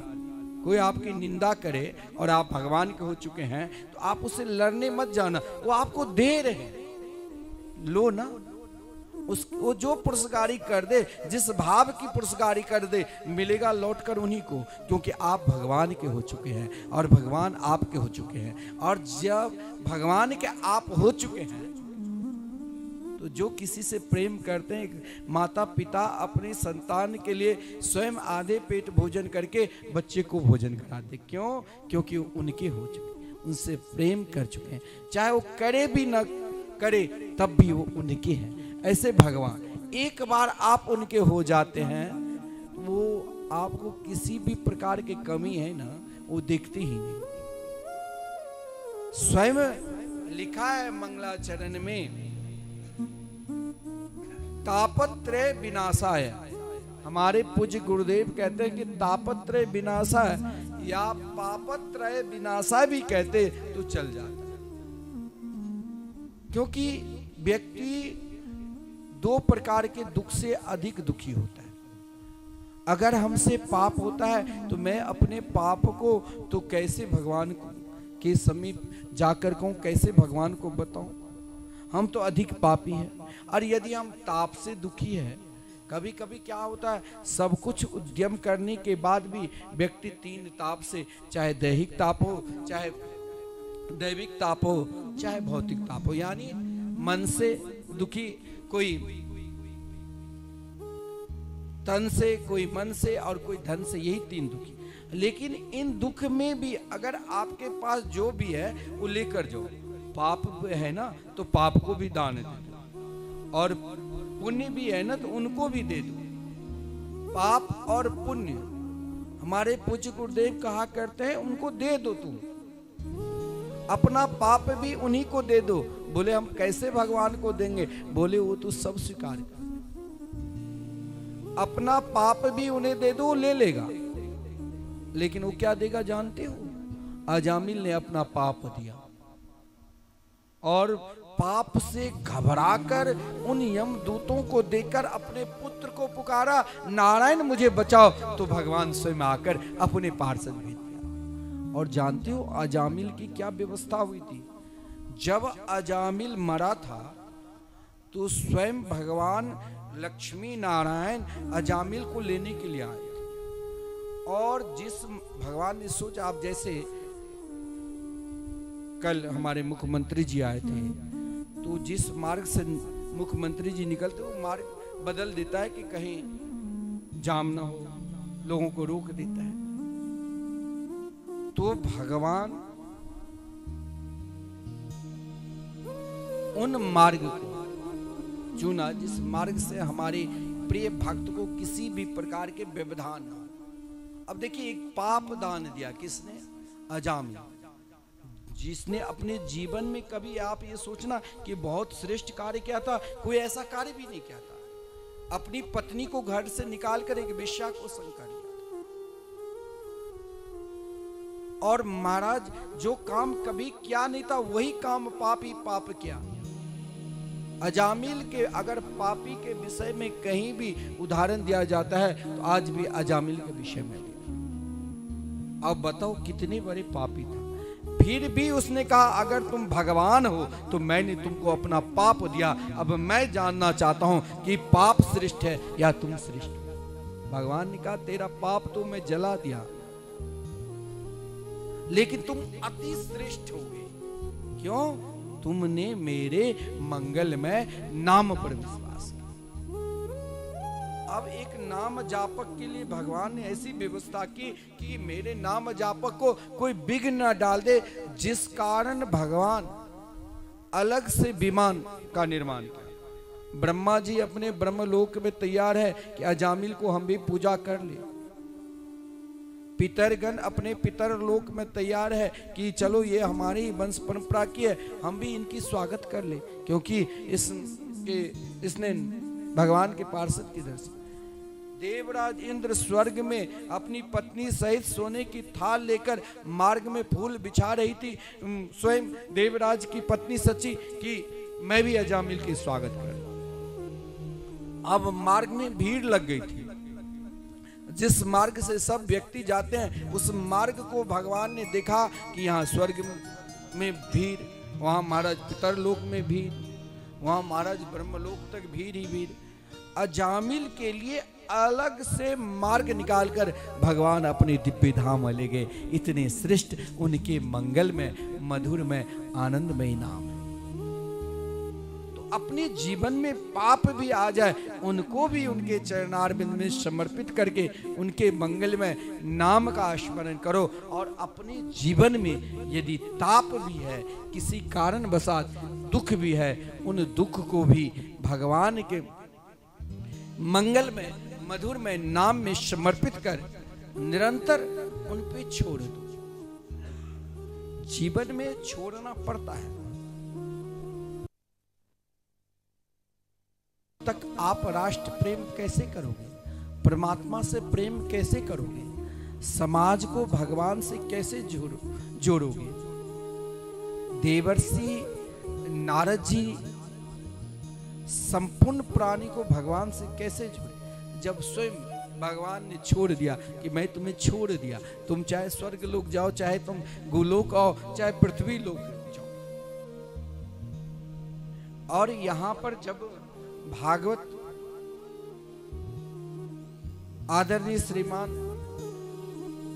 सूत जी सौनक जी को श्रवण कराने के लिए तैयार हुए थे, और जब सौनक जी को सूत जी के साथ मिलन हुआ तो उनके चरणों में यही प्रणाम किया कि व्यक्ति के जीवन में दो प्रश्न होता है और हर व्यक्ति यही दो उलझन से सदा परेशान रहता है या सदा आनंदित रहता है। क्या?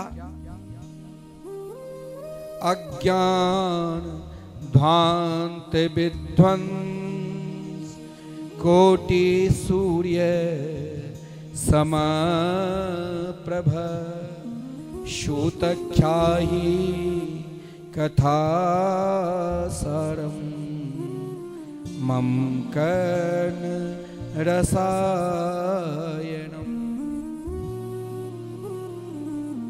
या तो हम भगवान के निकट जाए ना, और कोई संत महापुरुष के निकट जाए, कोई विद्वान के महापुरुष के पास जाए, या तो पूर्ण रूप से हम अज्ञानी बन जाए कि हम कुछ जानते ही नहीं, हम एक निरा मूर्ख हैं, अज्ञानी हैं।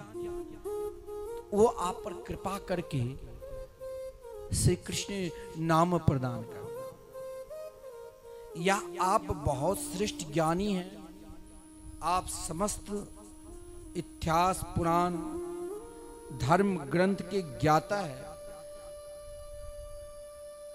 उन ज्ञाता रहने के बाद भी अरे ऐसे ऐसे इतिहासकार है जो इतिहास की रचना करते करते घर में नींद की गोली इतने खा खा कर स्वयं मर जाता है, फांसी पंखे पर लटक कर मर जाता है। ऐसे ऐसे ग्रंथकार है जो बालापन से लेकर वृद्धावस्था ग्रंथ की रचना करते करते अपना समय बिता दिया, लेकिन अंत समय में महाराज स्वयं को आत्महत्या कर दिया। आप बहुत बड़े ज्ञानी हैं, मैं मानता हूं, लेकिन जब तक आपका ज्ञान भगवान के चरणार बिंद में समर्पित न हो जाए तब तक आप अज्ञानी ही हैं। और अज्ञानी आप महाराज बड़े बड़े आईएएस ऑफिसर स्वयं को महाराज घर में ही आत्महत्या कर लेता। आप तो बहुत बड़े आईएएस ऑफिसर बना होगा, तुम कितने अध्ययन करने के पश्चात, कितने परिश्रम करने के पश्चात बड़े बड़े महाराज विद्वान भी, समस्त धर्म ग्रंथ को जानकारी है, फिर भी आत्महत्या। केवल मूर्ख ही नहीं करते हैं, लेकिन हमें परमात्मा को प्राप्त करना है तो हमें दो स्थिति में चलना है। या तो हमें पूर्ण रूप से अज्ञानी बन जाना है, हम कुछ जानते ही, या अगर हमें संपूर्ण शास्त्रों के ज्ञान है तब भी हम स्वयं को अपने आप में उलझ कर रहते हैं, तो उनको हमें सुलझा दे। कोई ऐसा महात्मा मिले, कोई ऐसा सदगुरु देव मिले जो हमें अपने जीवन में जो उलझ है। क्योंकि देखिए शौनक जी भी जो स्वयं भगवान शंकर जी के अवतार माना गया और 1000 वर्ष तक यज्ञ करने का संकल्प लिया। उनके यज्ञ के रक्षा द्वारपाल के रूप में स्वयं मृत्युदेव ही विराजमान थे, क्योंकि कहा था कि मेरे यज्ञ में किसी की मौत ना हो पाए। लेकिन 30 वर्षों तक मात्र यज्ञ किया। अब उससे श्रेष्ठ ज्ञानी जो प्राय अपने जीवन में महाराज सतयुग, त्रेता, द्वापर और कलयुग सभी भक्तों, सभी ज्ञानियों और सभी ध्यानियों की अनुभव प्राप्त कर चुके थे, जिनके साथ एक शिष्य कौन के 88,000 ऋषि मुनि, जिसने अपने साधना के प्रताप से समस्त सिद्धियां की प्राप्त कर चुकी थी, फिर भी सब चाहते थे कि मेरे हृदय में श्री कृष्ण भक्ति जगे, श्री कृष्ण प्रेम जगे।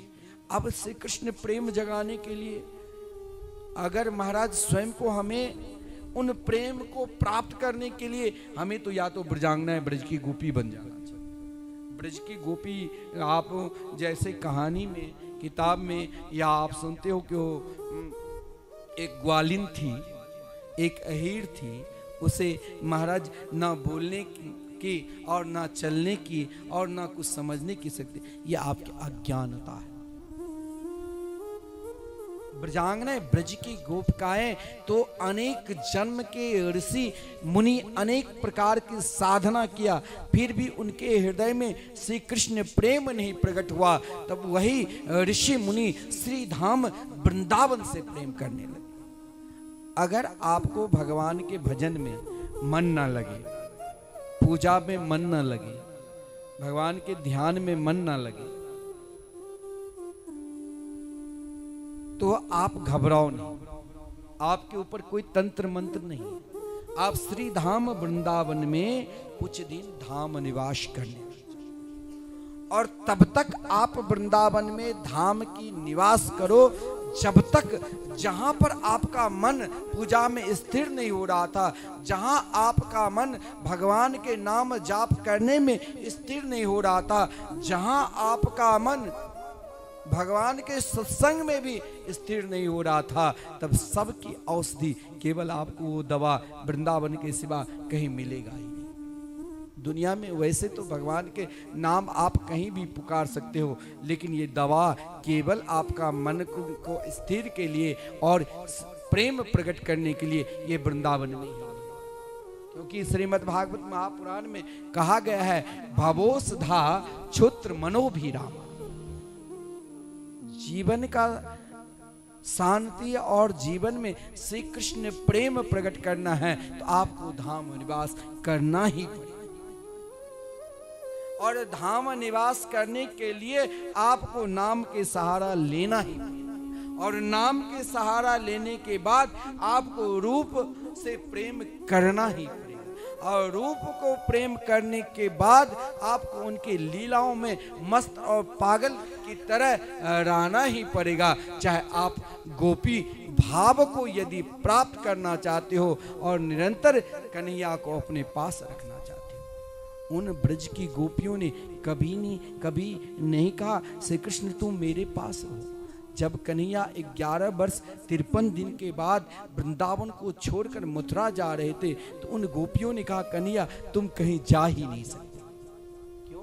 क्योंकि मैंने प्रेम किया, और प्रेम की पाठशाला, प्रेम की धाम, प्रेम की सागर तो ये श्री धाम वृंदावन ब्रजमंडल है। तो आपकी ऐश्वर्य, आप अपने ऐश्वर्य को कहीं विस्तार कर सकते हो, लेकिन आपने तो मुझे प्रेम में सब कुछ दे दिया। इसीलिए भगवान ने उन गोपियों से कहा था कि हाँ, मैं सदा प्रेम बांटता रहूंगा, ये श्रीधाम वृंदावन में को छोड़कर मैं अब कहीं जाऊंगा ही नहीं, क्योंकि यही मेरे निज धाम है, ये मेरे निज धाम है, मेरे निज घर है। जैसे आप अभी घर को छोड़कर यहाँ आए हो ना कथा सुनने, वृंदावन धाम, आपको कभी अपने घर भोपाल, किसी को बम्बई, किसी को बिहार, सबको जाना पड़ता, लेकिन भगवान के निज धाम है और भगवान अपने धाम में केवल प्रेम ही बांट। इसीलिए तो कहा गया है कि भगवान की प्रतिज्ञा है कि पाद मेकम न गच्छामि त्यक्त्वा वृंदावनम मुने। भगवान वृंदावन को छोड़कर एक कदम कहीं बाहर जाते ही नहीं। इसलिए मैं कहता हूं कि यदि आपकी पूजा में मन नहीं लगता है तो आप कुछ दिन धाम में निवास करें। यदि आपको भजन में मन नहीं लगता है तो आप कुछ दिन धाम में निवास करो। और धाम में निवास ऐसे ना करो, वैसे आप सोचोगे कि ऐसी कमरे में हम पड़े रहेंगे तो धाम निवास नहीं। धाम में रहकर आप इन परिक्रमा मार्ग में बैठ जाओ और यहाँ ना जाने किस रूप में कौन संत महात्मा निकलते हैं, इनकी धूल यदि आपके ऊपर कभी पड़ गया तो हो सकता है आपके ऊपर कृपा हो जाए। तब भी आपकी अगर निष्ठा नहीं बन रही है तो वृंदावन की इन वृक्षों को, एक वृक्ष को पकड़कर उन वृक्ष को ही श्री राधा कृष्ण के स्वरूप मानकर उनकी उपासना करने लग जाओ। वही वृक्ष आपको एक दिन श्री कृष्ण प्रेम प्रकट करा देगा। उद्धव जी को सर्वप्रथम वृंदावन में प्रवेश जब किए तो वृंदावन की कोई ब्रजांगनाएं या कोई श्री कृष्ण के सखाओं ने नहीं मिला, कहा ये प्रेम की धाम है। उद्धव जी ने वृंदावन धाम में आकर वृंदावन वन में जहाँ सब जिससे दूर होते, किससे? कांटे से, पैर में कांटे न चुभ जाए, लेकिन उद्धव जी को एकमात्र प्रेम का उपदेश यहाँ वृंदावन में जड़ भी है, चेतन भी है। आप ध्यान देना, आप भगवान की प्रतिज्ञा है कि धाम निष्ठ और वृंदावन निष्ठ अगर आप किसी भी यहाँ के कोई भी व्यक्ति हो, उन व्यक्ति को आप स्वप्ना अवस्था में भी, चाहे वो कैसे भी रहते हैं, यदि आप उनका अवहेलना निंदा करते हो तो सीधे आप मेरी निंदा करते हो, क्योंकि वो धाम निष्ठ है, उनकी निष्ठा धाम। अरे एक जड़ की तरह हवा बह रही थी, कांटे रोड पर आ गए थे, उद्धव जी जा रहे थे तो वो कांटे जो एक उपदेश दे सकते हैं उद्धव को, उलझकर वस्त्र में कांटे लगे ऊधो को समझाने, तुम्हारा ज्ञान पर्दा फाड़ देंगे, ये प्रेम दीवाने है, प्रेम जगत में सार और कछु सार नहीं। अब बताओ, उद्धव जी को तो पहले ना कोई संत मिला था, ना भगवान के सखा मिले थे, और ना उन प्रेम की पराकाष्ठा ब्रजांगनाएं की दर्शन हुई थी। आप वृंदावन में आप मानो एक साधारण मानव है, उसे आप कोई छोटे रूप में मानते हो तो ये भी अपराध करते हो, वो ना जाने किस रूप में है। जब उद्धव जी को उन प्रेम के मार्ग एक करील के कांटे बता सकते हैं तो हमें क्यों नहीं वृंदावन के कोई महात्मा श्री कृष्ण से मिला सकते। कृपा, तुम ये कृपा कब होगी? या तो स्वयं को आप अज्ञानी बन जाए, मैं कुछ जानता ही, मैं नहीं दानी, ना मैं उतना सत्कर्मी, ना मैं उतना ज्ञानी, मैं कुछ स्वयं को अपने आप को अज्ञान हो जाऊं। या तो भगवान अज्ञानी को मानते हैं, या पूर्ण रूप से ज्ञान प्राप्त करने के बाद भी फिर भी आपके हृदय में प्रेम नहीं है तो कोई महापुरुष सदगुरु के शरण में चले और उन सदगुरु के पास जाकर फिर आप संसार के सुख नहीं, अगर आपके हृदय में चाहिए संसार के सुख तो अपने मिल जाए, सुख को ढूंढो तो परिश्रम करो, अपने ही मिल जाए। लेकिन यदि परमात्मा के प्रेम चाहते हो तो उन महात्माओं के पास जाकर, जिन महात्मा आपको सीधे प्रियप्रीतम से मिला देंगे, उससे यही प्रश्न करो जो प्रश्न श्रीमद् भागवत महापुराण में सौनक जी ने जब सूत जी मिला उसमें प्रश्न किए थे। बहुत बड़े ज्ञानी थे, स्वयं भगवान शिव के अवतार माना गया है सौनक जी के, जिनके पास हम लोगों के पास दो चार व्यक्ति प्रशंसा करने लग जाए और सुरक्षा में रह जाए तो हम बहुत बड़े बन जाते हैं। जिनकी प्रशंसक एक नहीं 88,000 ऋषि मुनि बड़े बड़े जटा जोट मठाधीश उनके आगे पीछे डोलते थे। फिर भी उसने संत के निकट जाकर, सदगुरु के निकट जाकर कौन सा प्रश्न किया कि अज्ञान ध्वांत विध्वंस कोटि सूर्य समप्रभ सूतख्याहि कथा सारम मम कर्ण रसायनम। अब यहाँ कहा, देखिए एक महापुरुष, एक ज्ञानी, एक संत जब दूसरे संत से मिलते हैं तो वो स्वयं को वो कहेंगे हम दीन, तो वो कहेंगे हम दीन, वो अपनी प्रशंसा नहीं, वो कहेंगे ये बढ़े। तो यहाँ पर बहुत सावधानी के साथ इस बार चूक ना हो जाए। एक बार चूक हुआ तो मैंने 1000 वर्ष तक यज्ञ करने का संकल्प किया, मात्र 30 वर्षों में ही मेरा मन भर गया। लेकिन ऐसा कोई करूं जब तक मुझे प्रिया प्रीतम से श्री धाम से पूर्ण रूप से प्रेम ना हो जाए, तब तक महाराज मैं ऐसी कथा छोड़ूं ही नहीं। इसीलिए कहा कि गुरुदेव मैं कुछ नहीं जानता, मेरे अंदर ही अज्ञान है। अब क्या एक महापुरुष जो इतने बड़े ज्ञानी, वो कहते मेरे अंदर अज्ञान है, तो कहा अज्ञानी के लिए आप श्रेष्ठ और ज्ञानी के लिए श्रेष्ठ। बोली मैं आपका भाव नहीं समझता। बोले भगवान मुझे कोई ऐसी कथा सुना दो जिस कथा में केवल श्री कृष्ण प्रेम हो, परमात्मा से प्रेम हो, जीवन में प्रेम मिले। क्योंकि सब कुछ बाजार में मिलता है लेकिन प्रेम नहीं मिलता। जो मुझे स्वयं प्रिय लगे, तो कर्ण रसायनम, बड़ा सुंदर यहां भाव दिया है कि कर्ण रसायनम। रसायनम जानते हैं ना, औषधि दवा। जैसे आयुर्वेदिक आप दवा लेते हो तो उसे रसायन बोलते हैं। कौन सा दवा किस रसायन से तैयार होता है। अब यहाँ जो कहा कि दवा तो लेना है, लेकिन दवा ऐसा कोई दो जिस दवा को श्रवण करते ही, जिस दवा को पान करते ही दुनिया ना दिखाई दे। अगर दुनिया में भी रहूं तो मेरे तो गिरधर गोपाल, दूसरों ना कोई, ऐसा भाव हो जाए। कर्ण रसायन, कानों को प्रिय लगे। देखिए ये भाव मीराबाई ने इस कलयुग में प्राप्त कर लिया था। सदगुरु के निकट सत्संग करते करते रूप माधुरी गिरधर गोपाल को पहचान लिया। तब ऐसा प्रेम किया कि मेरे तो गिरधर गोपाल, दूसरों न। कब? कर्ण रसायन। हे प्रभु ऐसी कथा सुनो जिस कथा में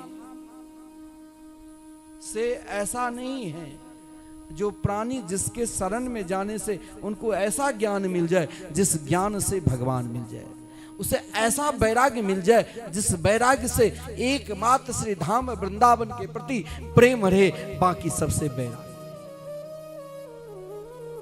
उनके हृदय में ऐसी भक्ति आ जाए। भक्ति जीवन में तो हर व्यक्ति करते, कोई वस्त्र से, कोई अपने देश से, कोई अपने बाल से, सब कोई अपनी प्रतिष्ठा से भक्ति तो सब करते। लेकिन मुझे ऐसी भक्ति जिन भक्ति में सीधे सीधे एक ही प्रश्न कर दिया कि कृष्ण प्राप्ति कर्म शाश्वत साधनम तद बदाद।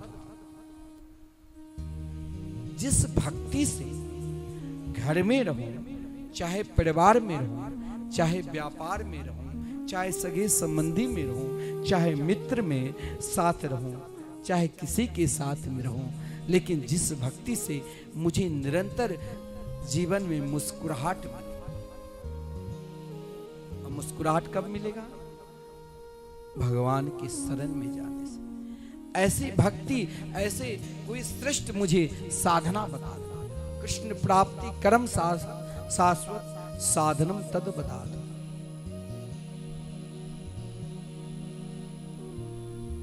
देखिए जीवन में हर व्यक्ति चाहता है कि मुझे सुख मिले। सुख के लिए सब अपना अपना कार्य करता है, उद्यम करता है, वो सुख स्थायी नहीं रहता। अरे किसी के पास बहुत धन है, एकाएक शेयर मार्केट में लगाया, सब्जी कब करोड़पति, फिर रोडपति आ गया। लेकिन चाहे मैं रोड पर रहूं और चाहे मैं महल में रहूं, लेकिन निरंतर मैं मुस्कुराते रहूं, यही मुझे आप श्रेष्ठतम साधना बता दो। और इस साधना के लिए या तो आप अपने जीवन में 3 कार्य करना पड़ेगा। पूर्ण रूप से अपने आप को भगवान के चरणार बिंद में पूर्ण रूप से विश्वास रखना।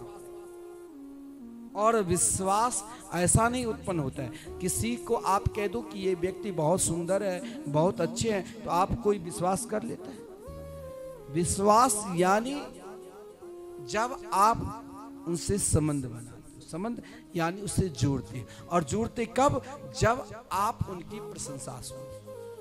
आप भगवान की महिमा जब बार बार गान करोगे तब विश्वास हो, और जब एक विश्वास हो जाता तो संबंध स्थापित कि ये अब हमारे हैं और हम भगवान के, हम भगवान के, भगवान हमारे हैं। और इसके लिए महाराज हम कह दिया, आप सुन लिया, ऐसे नहीं। यही प्रश्न को तो दोहराया श्रीमान सूत जी ने, कहा कि जिस भक्ति की आपकी इच्छा है उस भक्ति में बहुत परीक्षा भी। आपकी इच्छा है लेकिन इसमें परीक्षा है, और आपको मैं बताता हूं इन परीक्षा में आप उत्तीर्ण होंगे कि नहीं होंगे, इससे पूर्व आपको मैं कुछ साधना बता दूं। महात्मा के पास अनेक मंत्र होते हैं, अनेक उपाय होते हैं।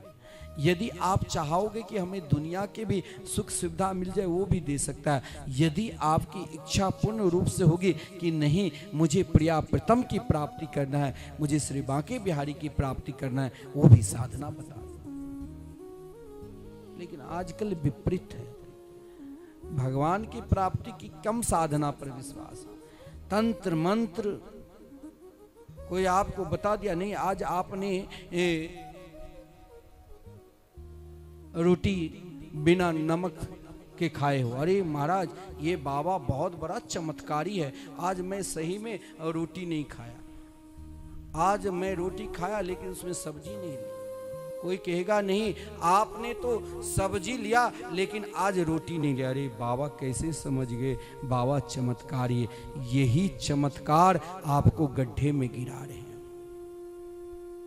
इस चमत्कार तो एक जादूगर का काम है, वो आपको गड्ढे में गिरा रहे हैं, वो आपको भगवान के पास नहीं ले जा सकते, वो आपके हृदय में धाम निष्ठा नहीं करा सकते, वो आपके हृदय में उन गोपियों की तरह जो घर में, परिवार में, व्यापार में रहकर मुस्कुराहट नहीं पैदा करा सकते हैं। इसके लिए तो पहले ही कह दिया था सूत जी ने, चिंता मणिर्लोक सुखम सुरद्रो स्वर्ग संपदम प्रेक्षति गुरु प्रीतो वैकुंठम योगी दुर्लभम।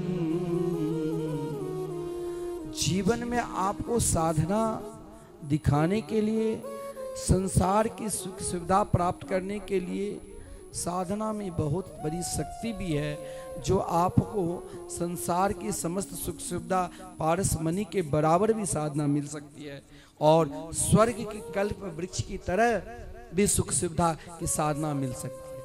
लेकिन जिसके हृदय में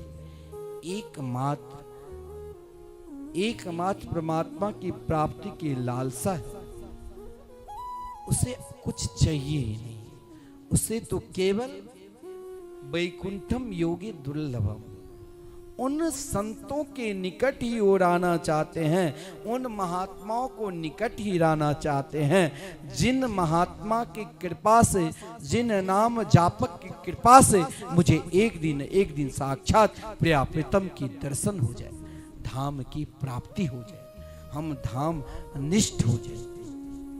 हमें निरंतर धाम की चिंतन करना। धाम की चिंतन कैसे करना है? तो आपको सुनना पड़ेगा। सुनना पड़ेगा, क्योंकि भागवत में स्वयं आदरणीय सूत जी ने क्यों कहा, वहां तो बड़े बड़े ज्ञानी ऋषि मुनि ही था कि आप लोगों को सुनना पड़ेगा। यदि आप चाहे आप हमारी साधना की बात मान लो तो अपनी साधना करो, अपनी मन मर्जी करो, या आपने जब कहा कि मुझे ऐसी साधना बता दो जिन साधना से चाहे मैं घर में रहूं, चाहे मैं परिवार में रहूं, चाहे मैं व्यापार में रहूं, चाहे मैं कहीं भी किसी भी स्थिति में रहूं, लेकिन मैं सदा मुस्कुराते रहूं और मेरे निकट जैसे मेरे तो गिरधर गोपाल दूसरों ना कोई, यही भाव बनी रहे। यही साधना हमें प्राप्त करना है। इस साधना के लिए सुनना पड़ेगा। अब सुनना क्या है, सुनना क्या है? तो सुनना यही कहा कि प्रीति सौनक चित्ते ते हेतु वाचमी विचार्य तद हम ते भी दास्यामि सावधानतया। सावधानी के साथ, मन के साथ का सुनो। अरे भाई हम कैसे सुने? अगर मेरा मन नहीं है तो हम कैसे सुने? बेमन से तो कोई कार्य नहीं होता। बोले सुनना पड़ेगा, क्योंकि तुमने जो प्रश्न हमसे किया है, इसमें केवल सुनते सुनते ही तुम उस तत्व को प्राप्त कर सकते हो जिस तत्व के लिए तुमने इच्छा की। बोले मैंने कौन से तत्व की इच्छा की? बोले तुमने श्री कृष्ण प्रेम की प्राप्ति की इच्छा की, उसमें सुना। ब्रजांगना ने, ब्रज की गोपियों ने जब तक उद्धव जी ने अपना ज्ञान की बखान किए थे तो गोपियों ने बिल्कुल, जब उद्धव जी ने कहा कि वो सगुण सकार ने निर्गुण निराकार है, तो गोपी ने अपने कान को बंद कर लिया। लेकिन उद्धव जी ने कहा यहाँ मेरा ज्ञान लगता है मैं सुनाते सुनाते थक भी जाऊं तो इनके ऊपर कुछ प्रभाव नहीं पड़ेगा। लगता है मेरे अंदर, चाहे मैं बृहस्पति जी की प्रिय शिष्य हूं, चाहे मेरे अंदर 100 बुद्धि है, लेकिन लगता है मैं सुनाते सुनाते थक भी जाऊं तो इसके ऊपर प्रभाव नहीं। तो ये हमसे श्रेष्ठ है,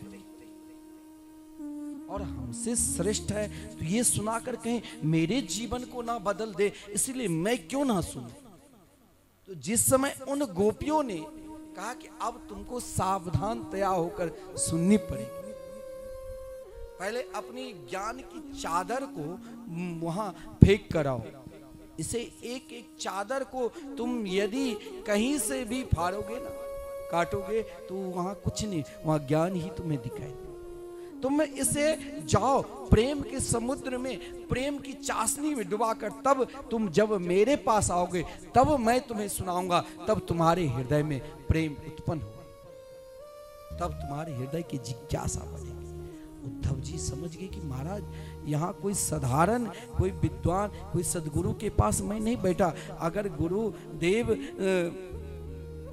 नाम जापक मिल जाए तो साक्षात तो भगवत प्राप्त महापुरुष, फिर चूकना नहीं। अब उद्धव जी जैसे ज्ञानी ने कहा, अरे उद्धव तुमने तो बहुत बार चुका, इस बार नहीं चुकूंगा। इस बार जैसे सूत जी ने सोनकादिक से कहा, यहाँ सावधान होकर सुननी पड़ेगी। यहाँ अपना ज्ञान को आप बांध देना, मैं जो सुनाऊं उसमें तुम कोई प्रश्नोत्तरी नहीं कर देना, जो आपकी इच्छा है वो वही मैं सुनाऊंगा। बोले महाराज आप ऐसे गुरु, जैसे उन गोपियों ने उद्धव जी से कहा था, और उद्धव जी ने जब उन गोपियों के वचन सुनते सुनते सुनते उन स्थिति को प्राप्त कर गया कि अब मुझे नहीं चाहिए कुछ, अब तो मुझे केवल इन ब्रज के कहीं किसी गली में एक घास की तरह बन जाऊं, ताकि इन महात्माओं की, इन गोपियों जैसे महात्मा की चरण धूल, मेरे अंदर तो 100 बुद्धि है, मेरे को लगता है करोड़ों बुद्धि ठाकुर जी ने इनको समर्पित कर दिया, और ऐसे सदगुरु मिले हैं, मुझे जरूर प्रिया प्रीतम के चरणार बिंद में समर्पित करा दे। तब ही भाव होगा जब आप हर स्थिति में, हर परिस्थिति में पुकारोगे। क्या? जिस देश में, जिस भेष में, परिवेश में रहो, राधा रमन, राधा रमन, राधा रमन को।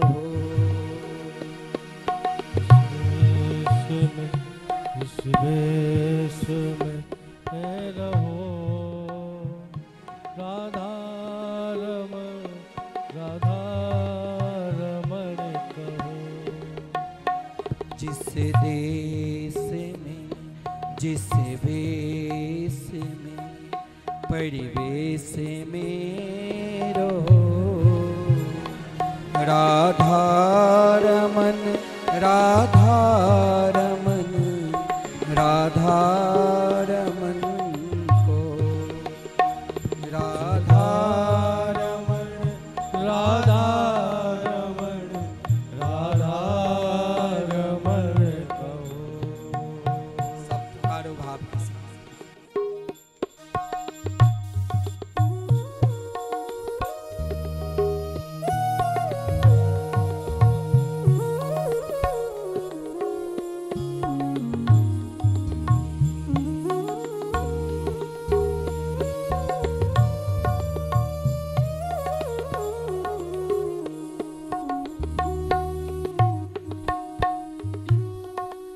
जिसे संग में जिसे ढंग में जिसे रंग में रहो। जिस संग में जिस रंग में जिस ढंग में रहो। राधा रमन राधा रमन राधा रमन को। राधा रमण राधा रमण राधा रमण कहो। राधा रमण राधा रमण राधा रमण कहो।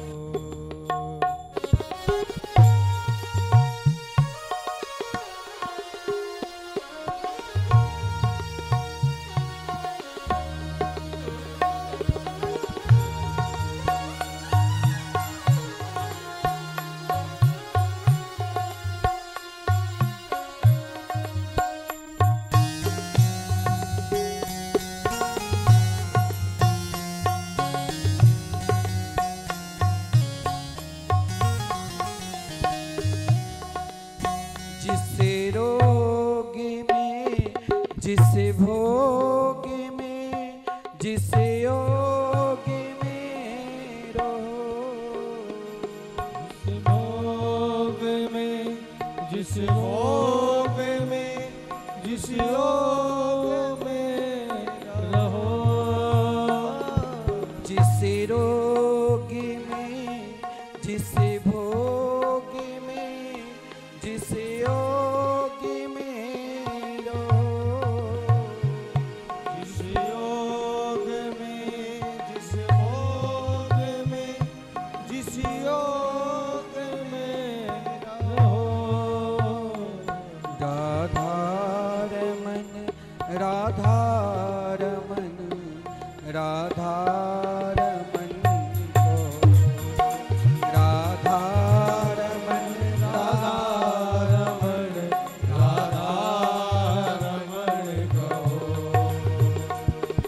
राधा रमण राधा रमण राधा रमण कहो।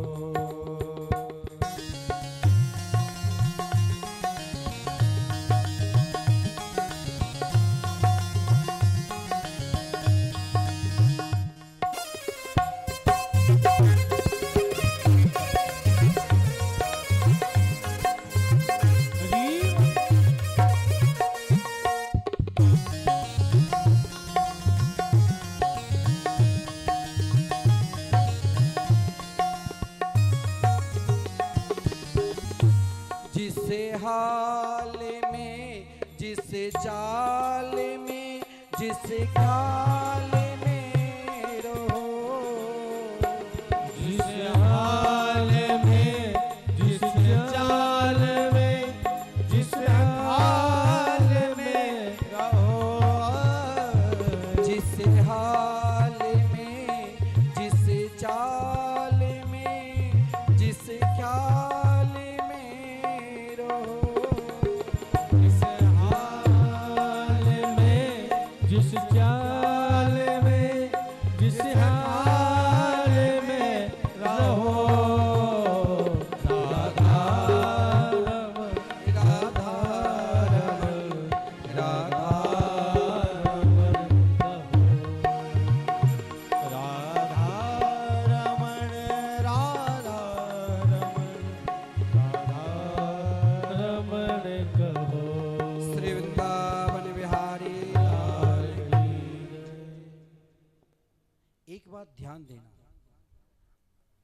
मृत्यु से कौन डरता है?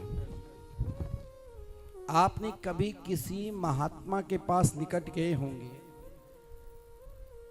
महात्मा के शरीर में नाना प्रकार के यदि व्याधि भी है तो तब भी नहीं डरता है। हर व्याधि को, हर रोग को कोई सम्मान नहीं करता। अगर रोग को कोई सम्मान करता है तो महात्मा सम्मान करते हैं।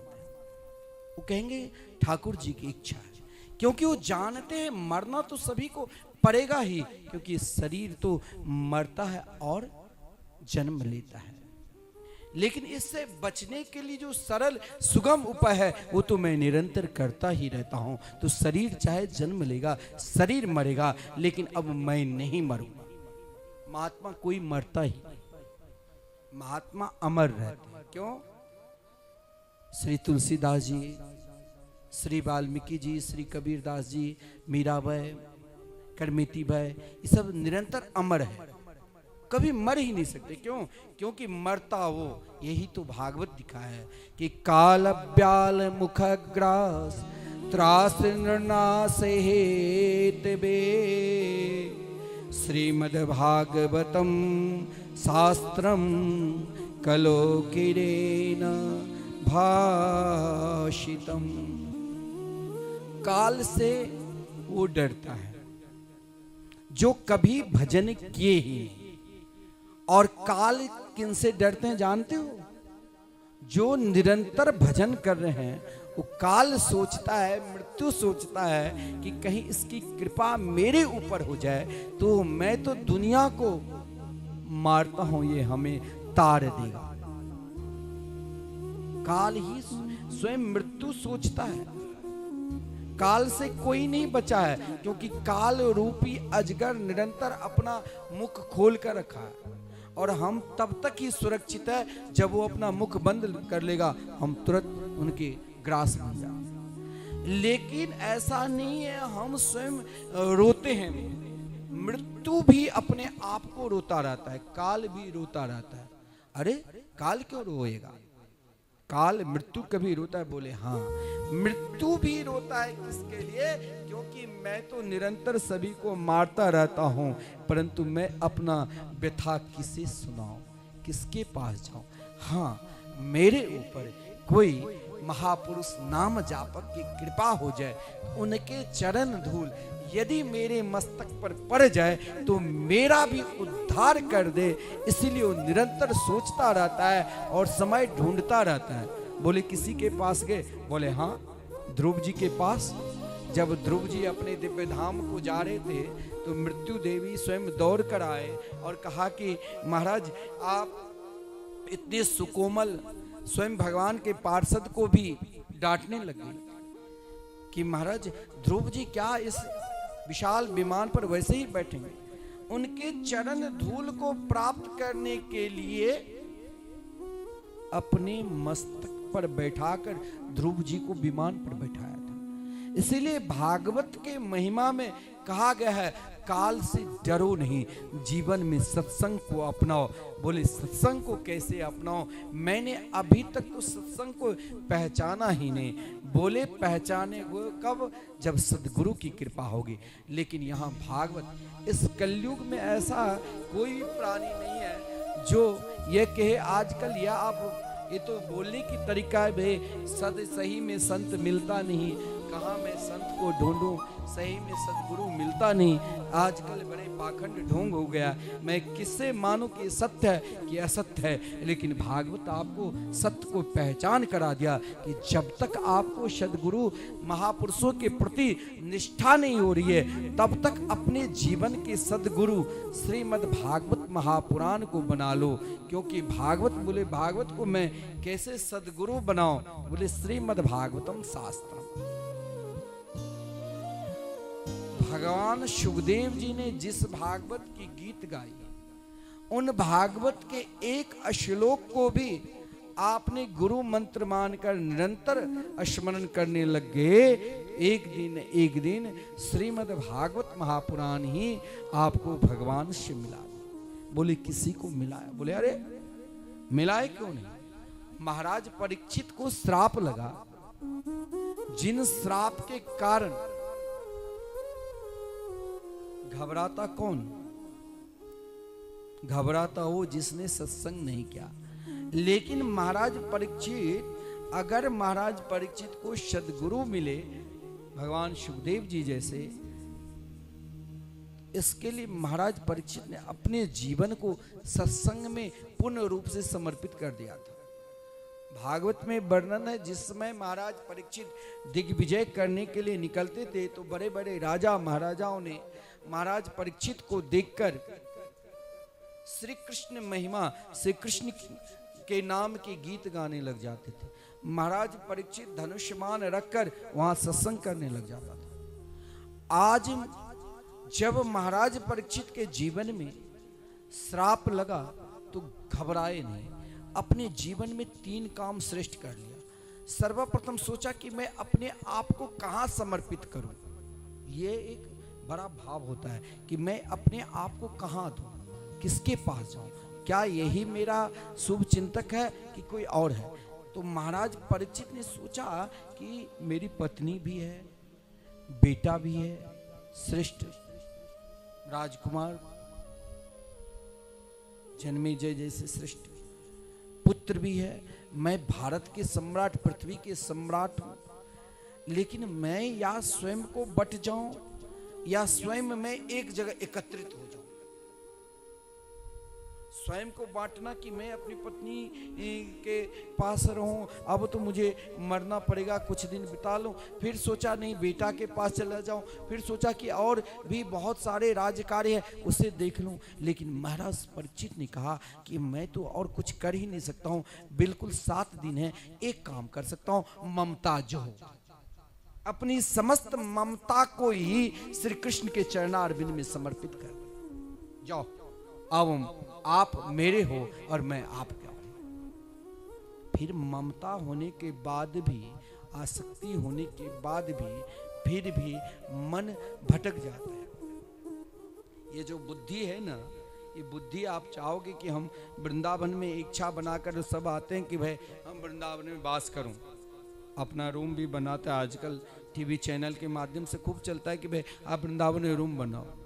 लेकिन जब तक बनता है बहुत गुजर जाता है, बहुत आता है, 2-4 वर्ष रहा, सही भोजन नहीं मिला, अपमान मिला, सोचा यहाँ से बढ़िया तो अपना घर ही था, क्यों नहीं घर चला जाए। ये एक जो ममता सब कुछ छोड़कर धाम आए और धाम में आने के बाद भी फिर हमें लौटने की इच्छा हो जाती है, भगवान के निकट आने के बाद भी फिर हम वहीं गिरना चाहते हैं। यह सबसे बड़ा क्या है? तो मतिम, ये जो बुद्धि है ना, वो बुद्धि स्थिर नहीं होने जाती। महाराज परीक्षित ने कहा मैं तो ममता को त्याग दिया, लेकिन मतिम कृष्ण, मैं अपनी बुद्धि को क्यों नहीं श्री कृष्ण के चरणार बिंद में समर्पित कर दूं। अब ये बात तो ठीक है, ममता और बुद्धि इन दोनों को महाराज परीक्षित लगा दिया। लेकिन अब आप आए हैं और यदि आप वृंदावन आकर आप वृंदावन में मिले हैं और वृंदावन में त्रिपाठी जी के अगर मिथिला कुंज में श्रद्धा नहीं होती तो कीर्तन नहीं कराते। और महाराज फिर महाराज ऐसे उनके हृदय में भावना जगी कि कहा नहीं, हमें तो महाराज आपसे ही कथा सुननी। इसके लिए क्या? तो सबसे श्रेष्ठ है श्रद्धा। श्रद्धानु महामना, श्रेष्ठ उन्हीं को कहा गया है जिसके हृदय में पूर्ण रूप से श्रद्धा हो। और जब श्रद्धा आपके हृदय में पूर्ण रूप से है तब ही श्री कृष्ण प्राप्ति होगी। तो महाराज परीक्षित केवल ममता को ही नहीं त्यागा, केवल महाराज मतिम कृष्ण श्री कृष्ण के चरणारविंद में ही नहीं समर्पित किया, स्वयं अपने आप को व्यक्ति के अंदर श्रद्धा। हम लोग हैं, हमारे गुरुदेव के बहुत सारे शिष्य ऐसे हैं जो कहेंगे अरे भाई हमें तो अपने गुरुदेव से मतलब, क्योंकि उनकी निष्ठा इन द्वार से है ही नहीं। तुम तो द्वार पे आए हो लेकिन द्वार से तुम लौट कर चले गए हो। गुरुद्वारे क्यों लोग माथे टेकते हैं? गुरु नानक जी तो कब दिव्य धाम को प्राप्त किए।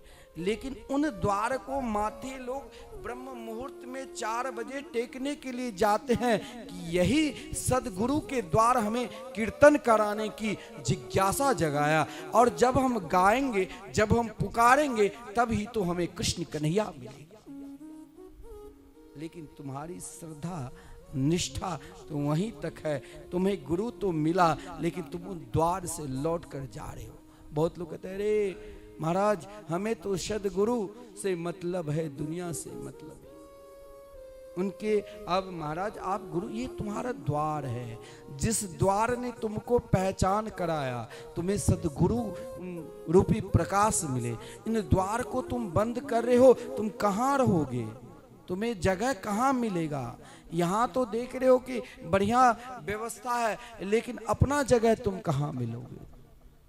इसीलिए सदगुरु परंपरा होती है कि इस द्वार पर तुम आओ, और इस परंपरा में चाहे सदगुरु जिसे भी समर्पित कर दे, उसमें तुम लेस मात्र भी सदगुरु की भावना से अलग दूर होंगे तो वो भी अपराध होगा। तो महाराज परीक्षित ने सोचा चलो श्री कृष्ण तो मेरे ही वंश परंपरा में चलो अपना ही है, लेकिन कहीं अपनापन में कहीं श्रद्धा कम ना हो जाए, इसीलिए पूर्ण रूप से श्री कृष्ण में श्रद्धा करके श्रद्धानो महामना।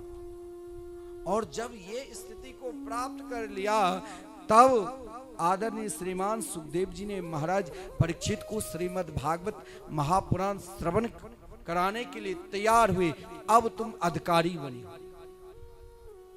और जब अधिकारी बने तो अधिकारी को फिर कोई हटा नहीं सकता है, अलग नहीं कर सकता है।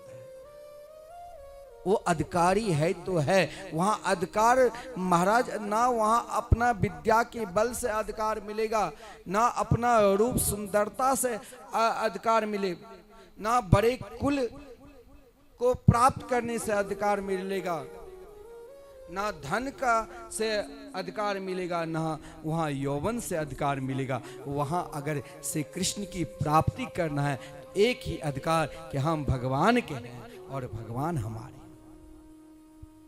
और इस भाव में जब महाराज परीक्षित डूबे और पूर्ण रूप से श्रद्धा के, तो आदरणीय श्रीमान सुखदेव जी ने सोचा मैं आज इनको वो व्यंजन, वो पुरस्कारी, वो अमृत का पुरस्कारी कर दूं, जो एक ऐसा अमृत पान करा दूं जिसे सीधे हर पल हर क्षण श्री कृष्ण कन्हैया के पास। और महाराज जिस समय आदरणीय श्रीमान सुखदेव जी महाराज परीक्षित को अमृत श्रीमद् भागवत कथा रूपी अमृत पान करा रहे थे, उसी समय समस्त देवताओं ने भी अमृत कलश लेकर उपस्थित हुआ। एक केवल आदरणीय श्रीमान सुखदेव जी, कोई नहीं। आप ये आजकल महाराज ये भी होने लग गया, हमारे आश्रम में कई लोग आते हैं कि दीक्षा लेना है, लेकिन उसकी निष्ठा नहीं। एक व्यक्ति आया कि मुझे यहाँ दीक्षा लेना है,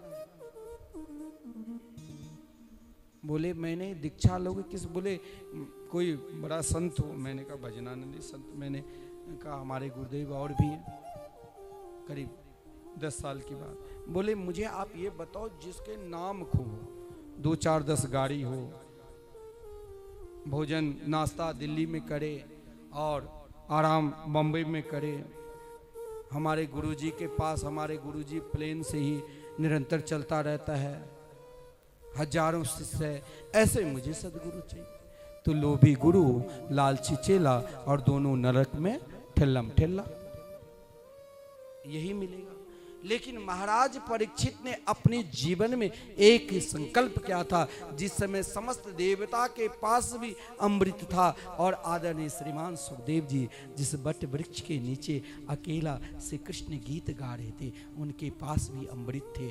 अब महाराज परीक्षित के पास 2-2 अमृत, एक साथ हजारों लाखों देवता उपस्थित है, और आदरणीय श्रीमान सुखदेव जी के चरणों में प्रणाम किया, कहा कि महाराज ये जो श्रीमद् भागवत रूपी अमृत है ये मुझे प्रदान कर दो, और मैं जो स्वर्ग के अमृत लाया हूं इस अमृत को आप अपने शिष्य को दे दो। महाराज परीक्षित ने सोचा कि अब मेरे पास तो, मैं तो एक अमृत को प्राप्त करने के लिए आया था, लेकिन यहाँ दो अमृत, एक ही अमृत श्री कृष्ण नाम रूपी अमृत को प्राप्त करने के लिए आया, लेकिन यहाँ पर तो मुझे स्वर्ग के भी अमृत मिला।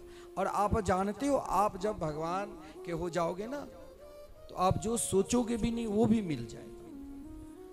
जिस स्वर्ग के अमृत के लिए देवता ने बहुत परिश्रम किया था, समुद्र मंथन हुआ था, लाखों करोड़ों दैत्य और देवता शहीद हुए थे, और उन समुद्र मंथन परिश्रम से जो अमृत मिला वो स्वर्ग के उन स्थान पे रखा गया था जहां कोई प्रवेश भी नहीं कर सकता। 1 करोड़ देवता निरंतर उन अमृत के सुरक्षा में लगा हुआ था। लेकिन हमारे पूज्य गुरुदेव कहा करते हैं, यदि तुमने चाहे भगवान के नाम निष्ठ हो गए, चाहे उनके रूप निष्ठ हो गए, चाहे उनके लीला निष्ठ हो गए, और चाहे उनके धाम निष्ठ हो गए, इन चारों में से एक निष्ठ हो गए ना, तो तुमको वो अमृत मिलेगा जो तुम सोच भी नहीं सकते। स्वर्ग के अमृत देवता ने उन परिश्रम करने के बाद भी कहा, महाराज ये अमृत आप अपने शिष्य को पान करा दो, और ये दिव्याति दिव्य भगवान नाम रूपी अमृत हमें प्रदान कर दो। मैं लोगों से रोज संकीर्तन महिमा जब सुनाता हूं तो रोज कहता हूं कि भैया संकीर्तन दान सर्वोपरि दान है। आपने करोड़ों का दान कर लो, हाथी घोड़ा सोना चांदी वस्त्र दान, अन्नदान, कन्यादान, गोदान, समस्त दान के करने के बाद भी हो सकता है आपके अंदर अभिमान देहाभिमान रह जाए, लेकिन इन देहाभिमान को पूर्ण रूप से दूर करने के लिए एकमात्र हम भगवान के हैं और भगवान हमारे हैं, तो भगवान नाम रूपी अमृत दान करना पड़ेगा। लाखों को तार दिए हैं, करोड़ों के तार दिए हैं। अरे इस अमृत को ने जिस, अगर किसी मकान पे गिद्ध बैठ जाए तो वो मकान अशुद्ध हो जाता है, लोग उसमें रहता नहीं, लेकिन जिसने इस अमृत को, राम नाम रूपी अमृत को गान करते करते ऐसे जगह को प्राप्त कर लिया जहां हम सोच भी नहीं सकते। प्रभु श्री राम जी के गोद में अपना शरीर त्याग किया और प्रभु उनके पुत्र बनकर अग्नि मुखाग्नि। अब जिन गिद्ध को लोग अशुद्ध मानते हैं उसे भगवान ने कहा ये अशुद्ध नहीं, ये तो विशुद्ध शुद्ध आत्मा है जिसने मेरे मंगलमय नाम पर विश्वास। चाहे वो सबरी हो, सबरी ने भगवान से कुछ मांगा नहीं, सबरी ने तो केवल प्रेम क्या, अरे मांगोगे तो भगवान को बहुत इच्छा होगी तो थोड़ा दे दोगे, अगर आप प्रेम करोगे तो सब कुछ भगवान दान देंगे। सबरी ने मांगा नहीं, सबरी ने अगर उन बैर को भी चीखा, खाया नहीं था। चिखनिया जैसे बड़ा बड़ा भंडारा होता है ना, तो उसमें हजारों रसोइया काम करते हैं, तो उसमें एक प्रधान रसोइया होता है, उसे बोलता है चिखनिया। वो थोड़ी सी सब्जी ले लेगा और जीवा पर लगा ले, तो उसे महाराज अशुद्ध नहीं माना जाता, वो उसके कंठ के नीचे न जाए। तो सबरी ने अगर प्रभु को बैर दिया तो चिख कर कि ये विकार युक्त ना रहे बैर, ये मधुर मय रहे, क्योंकि वो अधरम मधुरम बदनम मधुरम नयनम मधुरम नहीं गाते हैं, वो निरंतर तो मधुरमय है, उनके हर अंग मधुरमय है। तो चीख कर बैठ, तो भगवान ने कहा तुमने इतना प्रेम किया तो मैं क्या दूं। मेरे पास भगवान विचार किया कि ऐसा क्या दे दूं जो सबरी जन्म जन्मांतर तक चाहे भेलनी बने और चाहे सहनसा की पत्नी बन जाए, लेकिन श्री राम नाम इससे दूर ना हो एक पल। तो भगवान सोचते सोचते सोचा कि आज मैं सबरी, जिसने मेरे लिए फूलों की मार्ग में फूल बिछाकर रोज प्रभु की प्रतीक्षा करते थे, मैं इसे क्या दूं। तो भगवान ने अपनी नवधा भक्ति प्रदान की।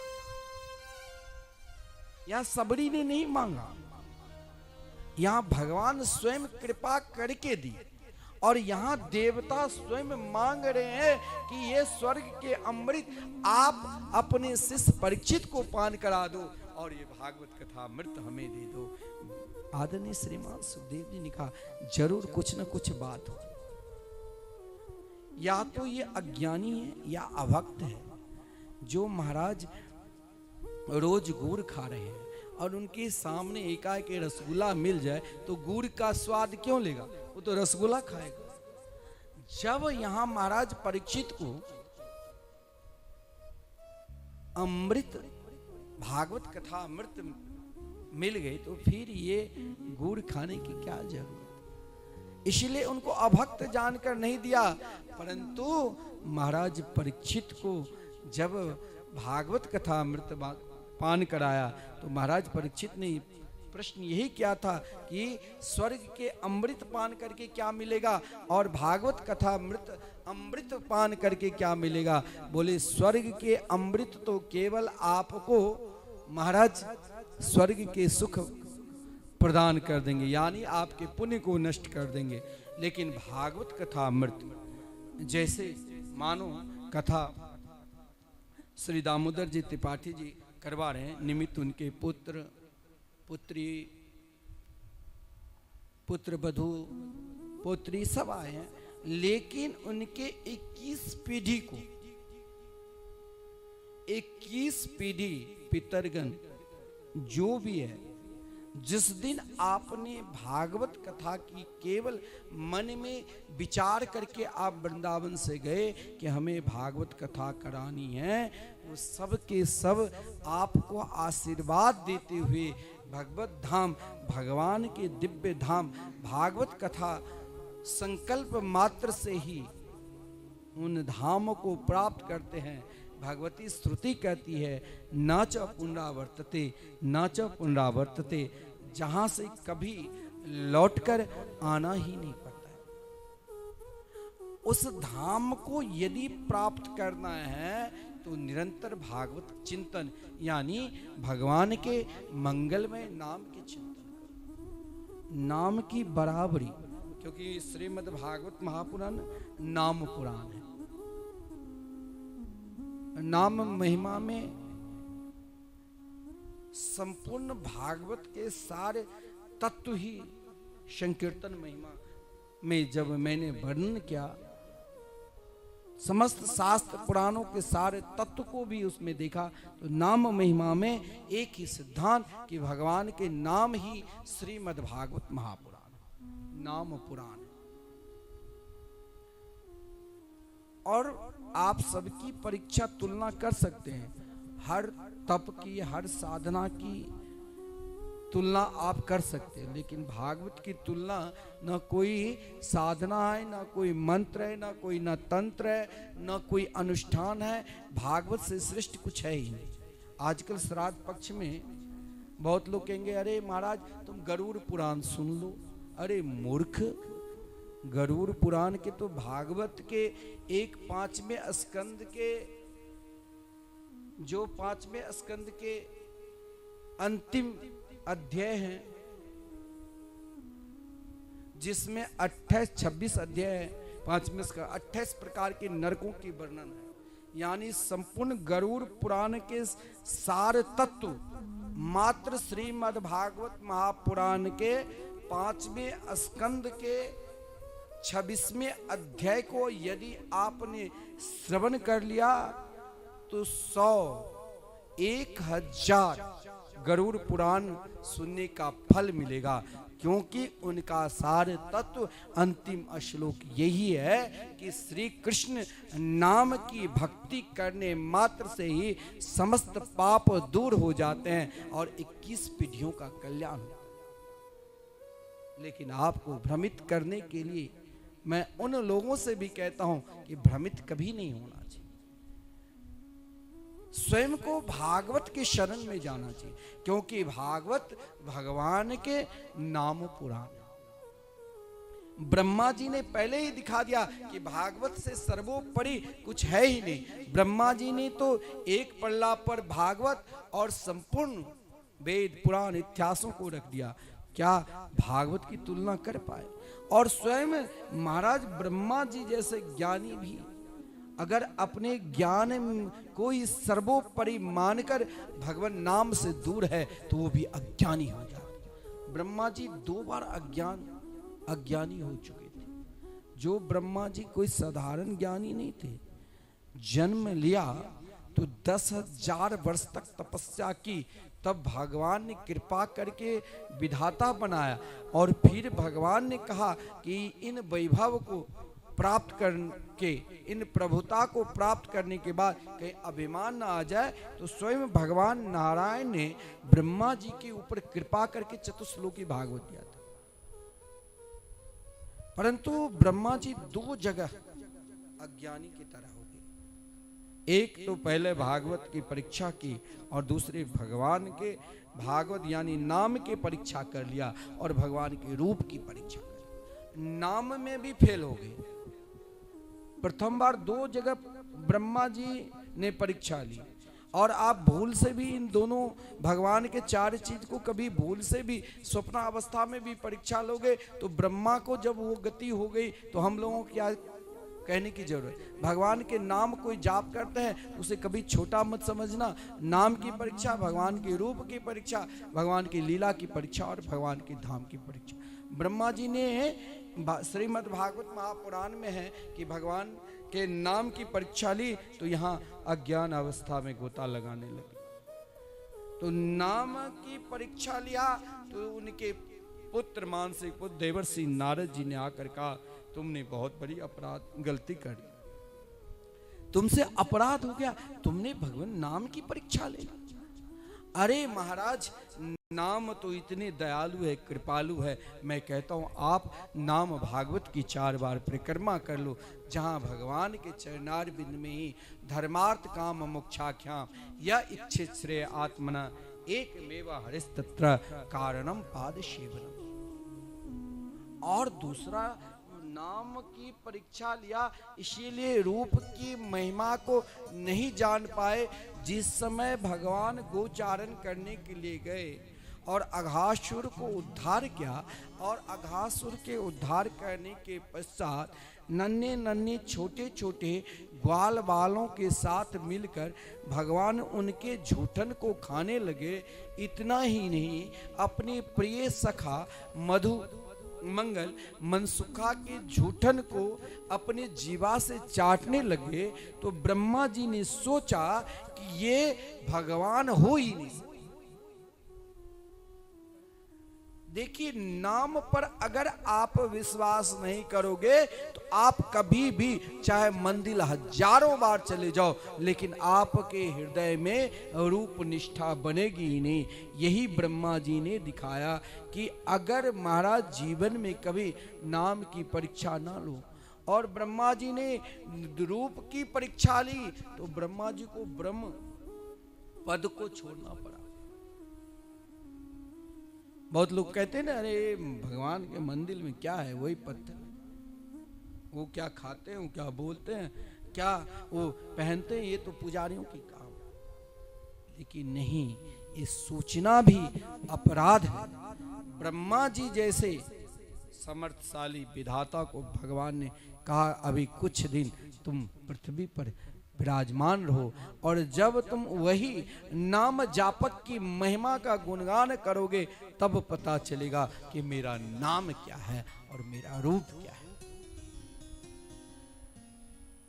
क्योंकि देवर्षि नारद जी ने तो ब्रह्मा जी को उपाय बता दिया। यद्यपि देखिए, देवर्षि नारद जी ब्रह्मा जी के ही मानसिक पुत्र है और ब्रह्मा जी से ही भागवत प्राप्त किया था चतुश्लोकी। लेकिन कभी कभी क्या होता है, बहुत सुनने के बाद या सुनाने के बाद हम बहुत सुना दिया कि भगवान के नाम जाप करो, रूप के ध्यान करो, लेकिन हमें स्वयं नहीं रूप के प्रति निष्ठा, न नाम के प्रति निष्ठा, न उनकी लीला के प्रति निष्ठा, न उसके धाम के प्रति निष्ठा। आपने सुन लिया तो बोले कि हमने तो संकल्प लिया 7 दिन तो हमें सुनना ही पड़ेगा। इन निष्ठा को पूर्ण रूप से देवर्षि नारद जी समर्पित करने के लिए कहा कि देखो कभी कभी क्या होता है, निष्ठा को पूर्ण रूप से निष्ठा देने के लिए देवर्षि नारद जी ने कहा देवर्षि नारद जी ब्रह्मा जी से भागवत प्राप्त किया था, लेकिन कहा देखो मेरे अंदर भी एक बार क्या भाव जगा कि नाम भगवान नाम विहीन व्यक्ति चाहे कहीं भी रहे, क्या उनका स्वभाव बदलता है? देखिए बड़ा भाव सुंदर है बहुत। आप घर में भी रहकर धाम की प्राप्ति कर सकते हो और धाम में रहकर भी आपका चिंतन विषय की ओर, घर की ओर जा सकता है। देवर्षि नारद जी इसके परीक्षा लेने के लिए सोचा चलो भगवान नाम विहीन व्यक्ति कहीं भी चले जाए, भगवान नाम रूप हीन व्यक्ति कहीं भी रहे तो क्या उसकी महिमा बढ़ेगा कि घटेगा? तो देवर्षि नारद जी कहते हैं एक बार देवर्षि नारद जी जब विचरण कर रहे थे तो मार्ग में शनकादिक के दर्शन हुए। अगर हम उदास रहते हैं तो किसी का घर परिवार के कारण, कोई संत उदास रहे तो ये ठीक नहीं। हमारे गुरुदेव कहा करते हैं कि कोई कार्य आप करो भगवत नाम संबंधी, भगवत धाम संबंधी, कार्य में सफलता मिले तो ठीक, नहीं भी मिले तो भी महा ठीक, क्योंकि हम कार्य कोई अन्य नहीं कर रहे हैं, हम जो कार्य कर रहे हैं वो भगवान के नाम के प्रति, उनके रूप के प्रति, उनके लीला के प्रति, उनके धाम के प्रति। तो देवर्षि नारद जी भगवान नाम रूप लीला धाम इन चारों की महिमा को विस्तार करने के लिए निकले कि कौन इनमें पूर्ण रूप से समर्पित है, कौन नहीं है। निकले तो बहुत तेजी में, लेकिन मार्ग में उदास हो गए। उनकी उदासी को सनकादिक जान गए और सनकादिक ने पूछा कथम ब्रह्मणे दीन मुख कुतश्चिंता तुरो भवा त्वरितं गम्यते कुत्र कुतश्चा गमनं तव। व्यक्ति का लक्षण उदासी के 4 स्थान में पाया जाता है। पहला, उदासी के कारण अगर बोल नहीं पाते हैं तो मुख उदास हो जाता है। दूसरा, घबराहट, चिंतातुर हो जाते हैं। तीसरा, मन करता है कि कहाँ जाऊं, कहाँ नहीं जाऊं, किसके पास जाऊं और किसके पास नहीं जाऊं। और चौथा, कहीं मन ना लगना। चाहे वो कहीं भी रहे लेकिन उनका मन स्थिर नहीं रहे। जैसे कोई धनवान व्यक्ति है और एकाएक उसका सारा धन नष्ट हो जाए तो वो बेचैन हो जाता है, वैसे ही उनके अंदर बेचैनी आ जाती है। अशांति की यही 4 कारण है और चारों कारण उस समय देवर्षि नारद जी जैसे महात्मा के अंदर है तो आश्चर्य की बात थी। शनकादिक ने जब पूछा तो सनकादिक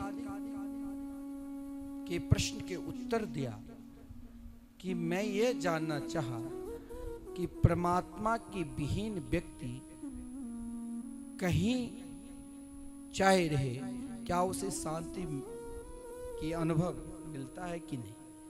तो मैंने पुष्कर गया, प्रयाग, काशी, गोदावरी, अनेक तीर्थ क्षेत्रों का वर्णन, लेकिन देखा जिन तीर्थ क्षेत्र में भी रहकर अगर आप श्री धाम वृंदावन बार बार आते हो और फिर भी यहाँ से प्रसादी के रूप में आप सोचोगे कि हमने वृंदावन में ब्रजवासी की दुकान की पेड़ा लेकर जा रहे हैं तो यही प्रसादी है, ये नहीं। आप वृंदावन, कई लोगों को तो ऐसी आदत है, नियम हो चुका है, जो रोज श्री बांके बिहारी के दर्शन करेंगे, लेकिन दर्शन के पश्चात जब घर जाते हैं तो वही काम, क्रोध, लोभ, ईर्षा भरा रहता है। वो वही प्रसादी लेकर जा, वही दर्शन का फल लेकर जाता है। धाम आकर अगर आप वृंदावन एक बार आओ और चाहे आप 1000 बार आओ, जिस दिन आपका भाव इन चार के जो भगवान के नित्य और सत्य है इनके प्रति हो जाए तो आप मान लेना कि मेरे ऊपर किसी संत महापुरुष और धाम की कृपा हुई है। नहीं तो अगर हम बार बार भी तीर्थ स्थान चले भी जाए फिर भी मेरे ऊपर उनकी कृपा नहीं हुई। क्यों? क्योंकि देवर्षि नारद जी ने कहा मैं एक महात्मा और मैंने देखा जो स्वयं निरंतर भगवान नाम के स्मरण के बिना एक पल भी एक क्षण भी नहीं रहा। और उसने महाराज जब सर्च करने लग गया तो उस तीर्थ स्थान में गई। क्या आप चाहोगे तीर्थ में रहने वाले को ही भगवान मिलता है? तीर्थ में रहने वाले को शांति मिलती है? नहीं, वो तो और अशांति में रहता है। क्यों? क्योंकि नहीं उसको भगवान नाम के प्रति विश्वास है, नहीं उसे भगवान के रूप के प्रति विश्वास है, और नहीं उनके भगवान की किसी भी लीलाओं पर विश्वास है, और ना उनके धाम के प्रति विश्वास है। तो क्या शांति को प्राप्त करेगा? वो तो जहां भी रहेगा वह शांति ही करेगा।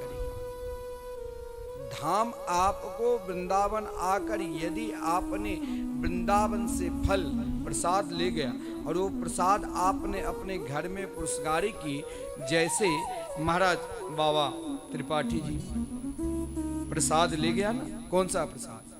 तो भगवान नाम संकीर्तन 21,000 समर्पित कर कि जब तक जिंदा रहेंगे तब तक उनके नाम से महामंत्र संकीर्तन चलता रहेगा, संत की सेवा, और मरणोपरांत भी भगवान नाम संकीर्तन साल के 12 दिन के नाम से निरंतर चलते रहे। तो धाम से प्रसादी बांटा किसके लिए? अपना कल्याण हुआ, सभी परिवार वालों को। तो भगवान ने क्या दिया? तो अपने रूप भागवत भगवान के प्रति, क्योंकि भागवत भगवान के स्वरूप है, नाम का आश्रय लिया तो अपने आप रूप मिलेंगे। कोई पुरस्कारी करके गया, अरे वृंदावन में कोई साधु संत है ही नहीं, सब दुकान चला रहे, तो उनको वही मिलेगा। क्यों? वो आते हैं कि बड़े बड़े दुकान चला रहे हैं, अरे वो दुकान भी चला रहे हैं, चाहे कुछ भी कर रहे हैं, लेकिन वो तो धाम के ही तो सेवा कर रहे हैं कि कहीं और की सेवा कर रहे हैं।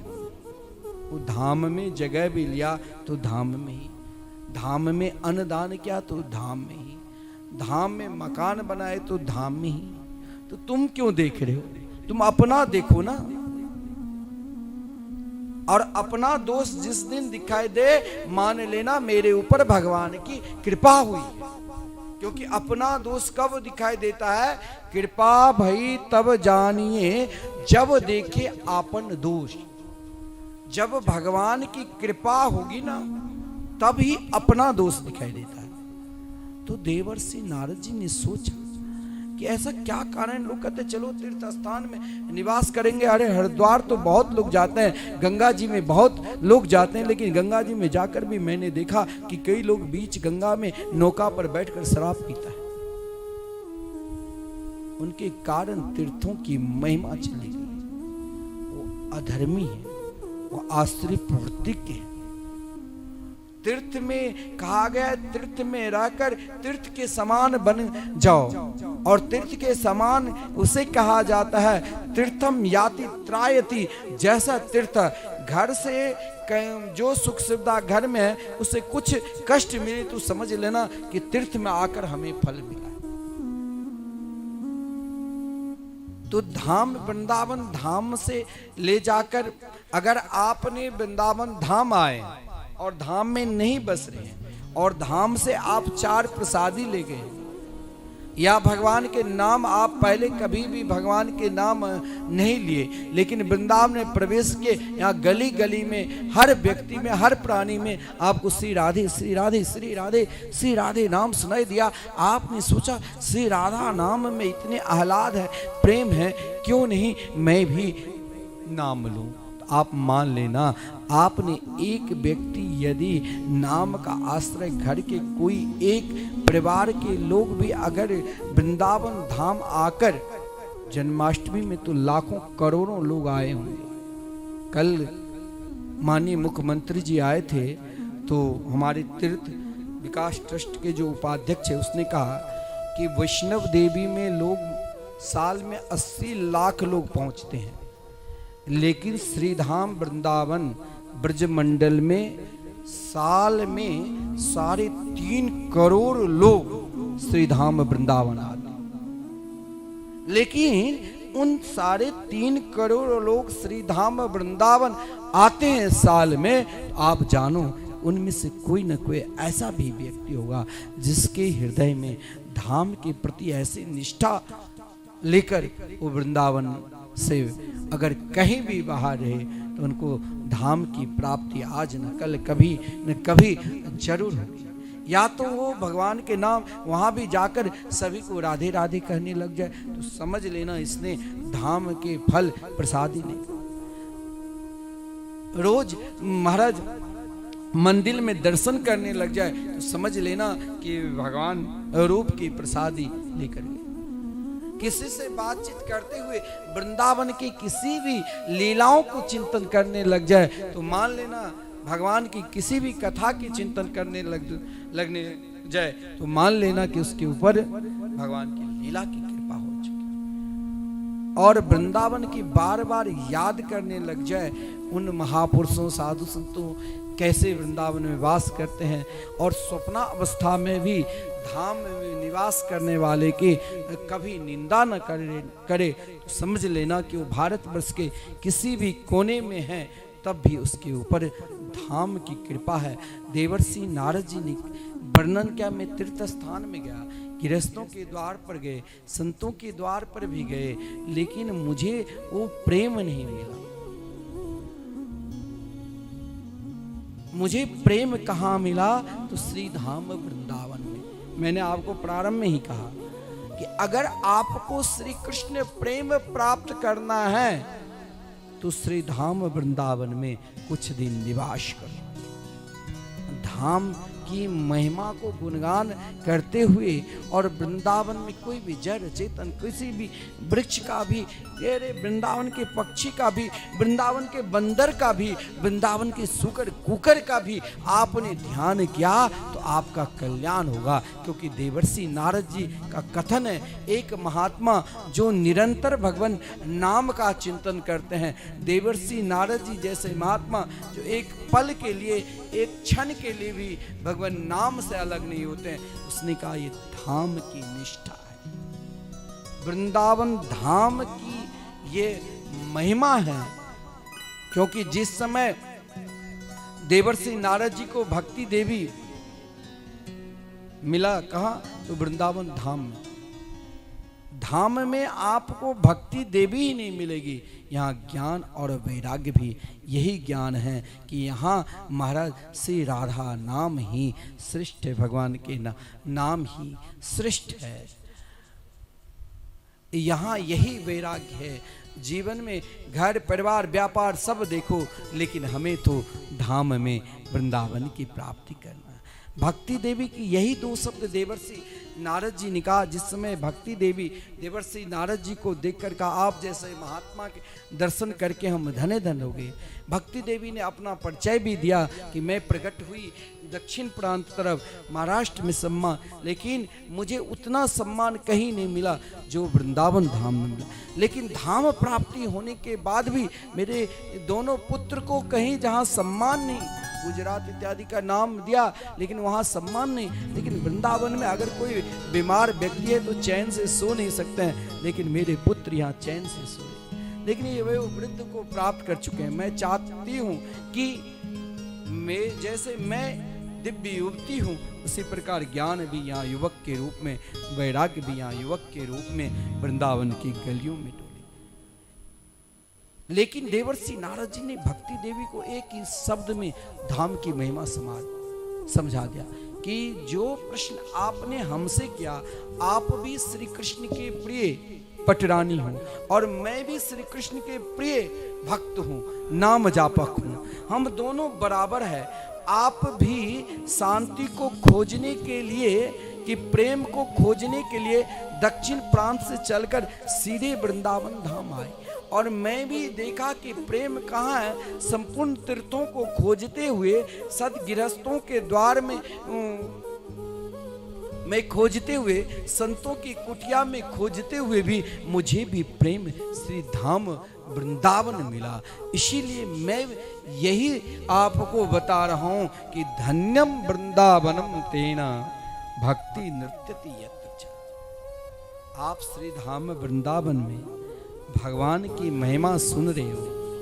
महिमा तो बड़ा विलक्षण है, भक्ति देवी के चरित्र है, ज्ञान वैराग्य का कल्याण हुआ। अरे भागवत के माध्यम से धुंधकारी का कल्याण हुआ।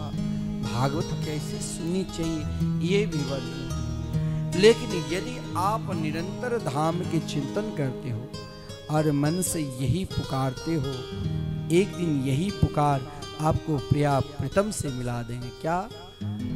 चलो रे मन श्री वृंदावन धाम, रटेंगे राधे जो के नाम, मिले जहाँ कुंज बिहारी, ओठ के कामर कारी। चलो रे मन श्री वृंदावन धाम, रटेंगे राधे राधे नाम, मिलेंगे कुंज बिहारी, ओढ़ के कांवर कारी। चलो रे मन श्री वृंदावन धाम, रटेंगे राधे जो के नाम, मिले जहाँ कुंज बिहारी, ओठ के कामर कारी। मिले जहाँ कुंज बिहारी, ओढ़ के कांवर कारी, मिलेंगे कुंज बिहारी, ओढ़ के कांवर कारी।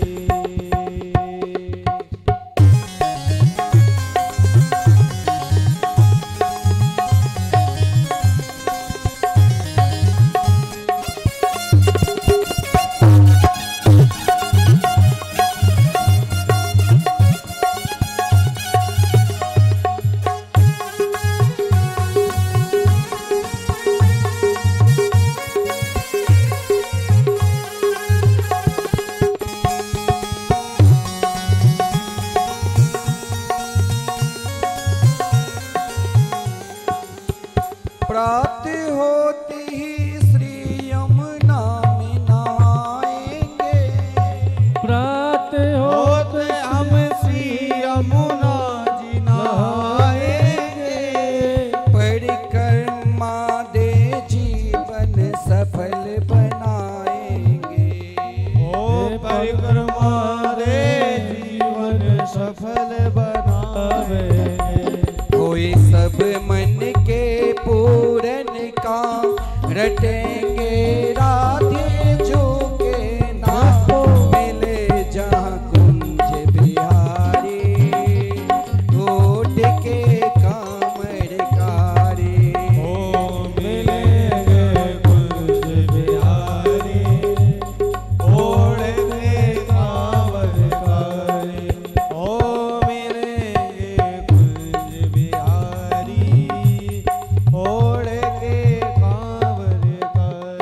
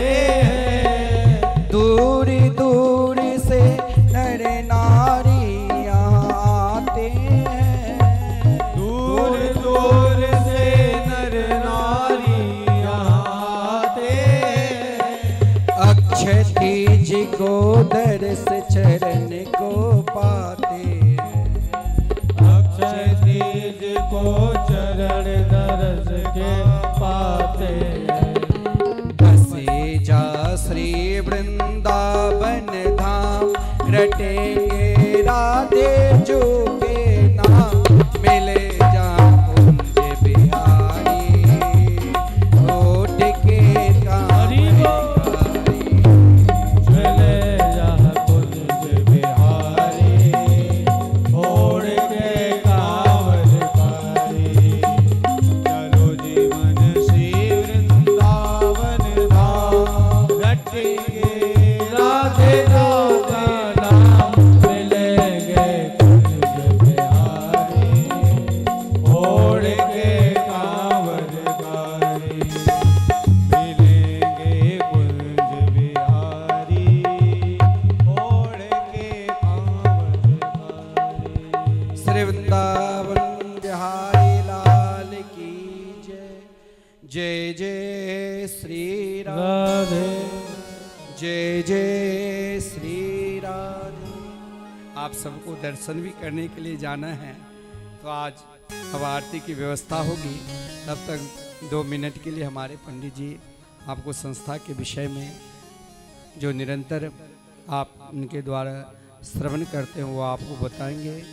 और पंडित जी तब तक आरती की व्यवस्था करिए।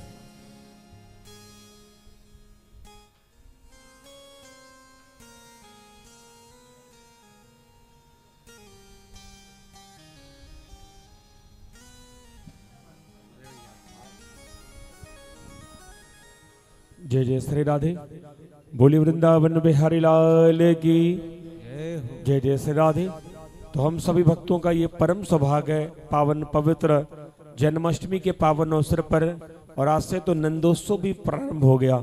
तो हम सभी का परम सौभाग्य है कि इस पावन पवित्र जन्माष्टमी के पावन अवसर पर, नंदोत्सव के पावन पर्व पर हम सभी श्रद्धाम वृंदावन की पावन धरा, श्याम सुंदर श्री यमुने महारानी का पावन सानिध्य, अटल वन और अटल वन में परिक्रमा मार्ग में स्थित जहां निरंतर लाखों श्रद्धालु वृंदावन की परिक्रमा लगा रहे, वहां स्थित मिथिला कुंज के इस पावन पवित्र परिसर में बैठकर जहां निरंतर 30 वर्षों से भगवान के युगल नामों का संकीर्तन हो रहा, तो ऐसे पावन पवित्र दिव्य सिद्ध मिथिला कुंज के पावन पवित्र परिसर मंडप में बैठकर साक्षात भगवान राधा माधव की मंगलमय सन्निधि में परम पूज्य महाराज श्री के माध्यम से हम और आप हमारे यजमान परिवार के माध्यम से अपने जीवन का परम लाभ, हमारे और आपके जीवन का जो सर्वोत्कृष्ट फल है सत्संग, जिसकी प्राप्ति हम और आप श्रीमद् भागवत महापुराण की मंगलमयी कथा के माध्यम से कर रहे हैं।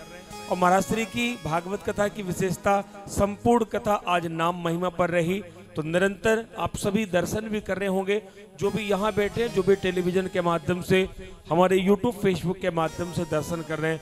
कितना आश्चर्य भक्तों को मिलता है। परिक्रमा भी भक्त लगा रहे तो उनके जिह्वा से निकलने लगता है राधे कृष्ण कृष्ण कृष्ण राधे राधे, राधे श्याम श्याम श्याम राधे राधे। तो संपूर्ण कथा आपने सुनी कि पूरा निचोड़ एकमात्र भगवान के पावन नामों का संकीर्तन है।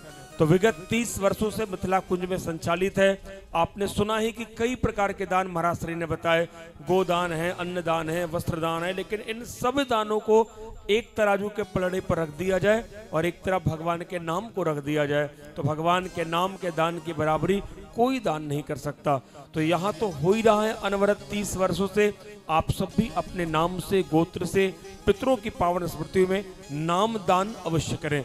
निरंतर महाराज श्री के सानिध्य में संतों की सेवा हो रही, तो एक दिन के अखंड हरिनाम संकीर्तन से आप जुड़े, उसके साथ ही साथ 1 महीने के संकीर्तन से जुड़े, यहाँ आकर भी अपनी सेवा राशि आप प्रदान कर सकते हैं। और साथ ही साथ कार्यालय के नंबर, ट्रस्ट के नंबर लगातार आपके टीवी पर चल रहे हैं, तो आप उससे फोन पे, गूगल, पेटीएम, QR कोड के माध्यम से भी एक दिन की संकीर्तन की सेवा, आप एकादशी ले लीजिए, आप अमावस्या ले लीजिए, पूर्णमासी ले लीजिए, शादी की सालगिरह, जन्म दिवस के पावन अवसर पर कम से कम 1-1 दिन का संकीर्तन हम सभी अवश्य कराएं, क्योंकि वृंदावन में 1 दिन का भी संकीर्तन हमने करा लिया, ये तो पूरी तरह से अक्षय हो जाएगा।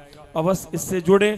उसके साथ ही साथ आप सभी भक्त दर्शन कर पा रहे हैं कि विश्व में प्रथम बार भागवत जी के 18,000 श्लोकों का शिलालेख सहित श्रीमद् भागवत महापुराण का दिव्य और भव्य मंदिर बन रहा, जो निर्माणाधीन है। तो अधिक से अधिक हम सभी कथा श्रवण करते हैं, निरंतर आप भागवत कथा श्रवण करते हैं, लेकिन कई भक्त समय सीमा परिस्थिति के वश भागवत संपूर्ण नहीं आयोजित करवा पाते, तो वो भक्त भी अगर एक श्लोक का गायन भी करा लेते हैं, एक श्लोक की शिलालेख भी समर्पित करते हैं, तो संपूर्ण श्रीमद् भागवत कथा का लाभ आपको मिलता है।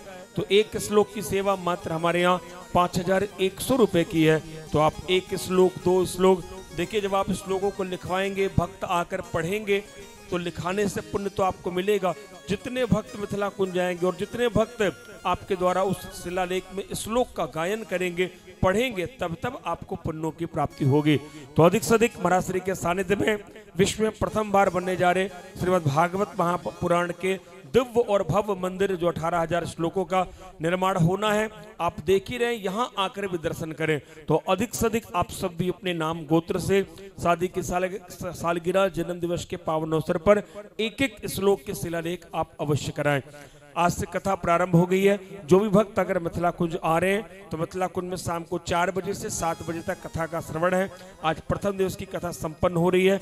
आप सब जो भी महाराज श्री के माध्यम से श्रीमद् भागवत महापुराण की कथा वृंदावन में आकर कराना चाहते हैं, मिथिला कुंज आकर कराना चाहते हैं, तो वो भक्त भी संपर्क करेंगे। आइए हम सभी भक्त अपने अपने स्थान पर खड़े हो जाएं और भागवत महापुराण की प्रथम दिवस की मंगलमयी आरती का हम सभी दर्शन करेंगे।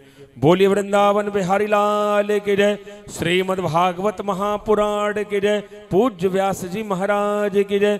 जय जय श्री राधे।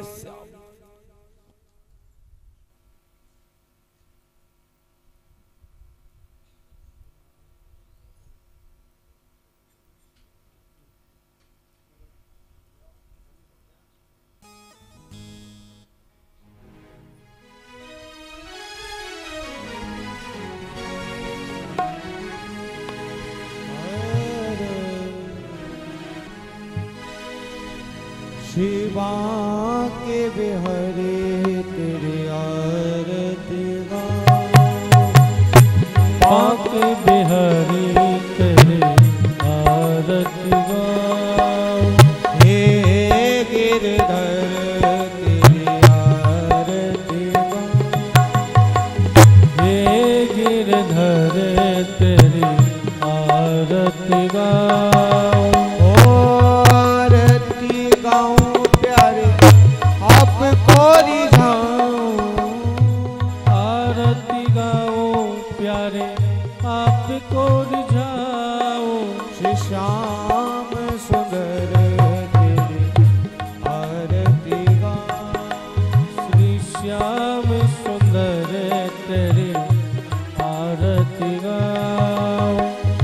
मोर मुकुट प्यारे शीश पे सोहे, और मुकुट प्यारे शीशे पे सोहे।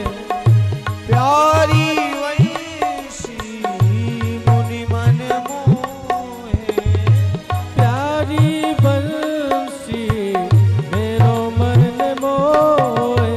देख छवि बलिहारी में जाऊं, श्री बाके बिहारी तेरी आरती गाओ।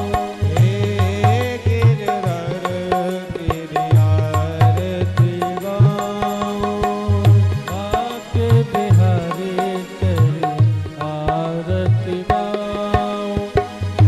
व्यासदास के नाथ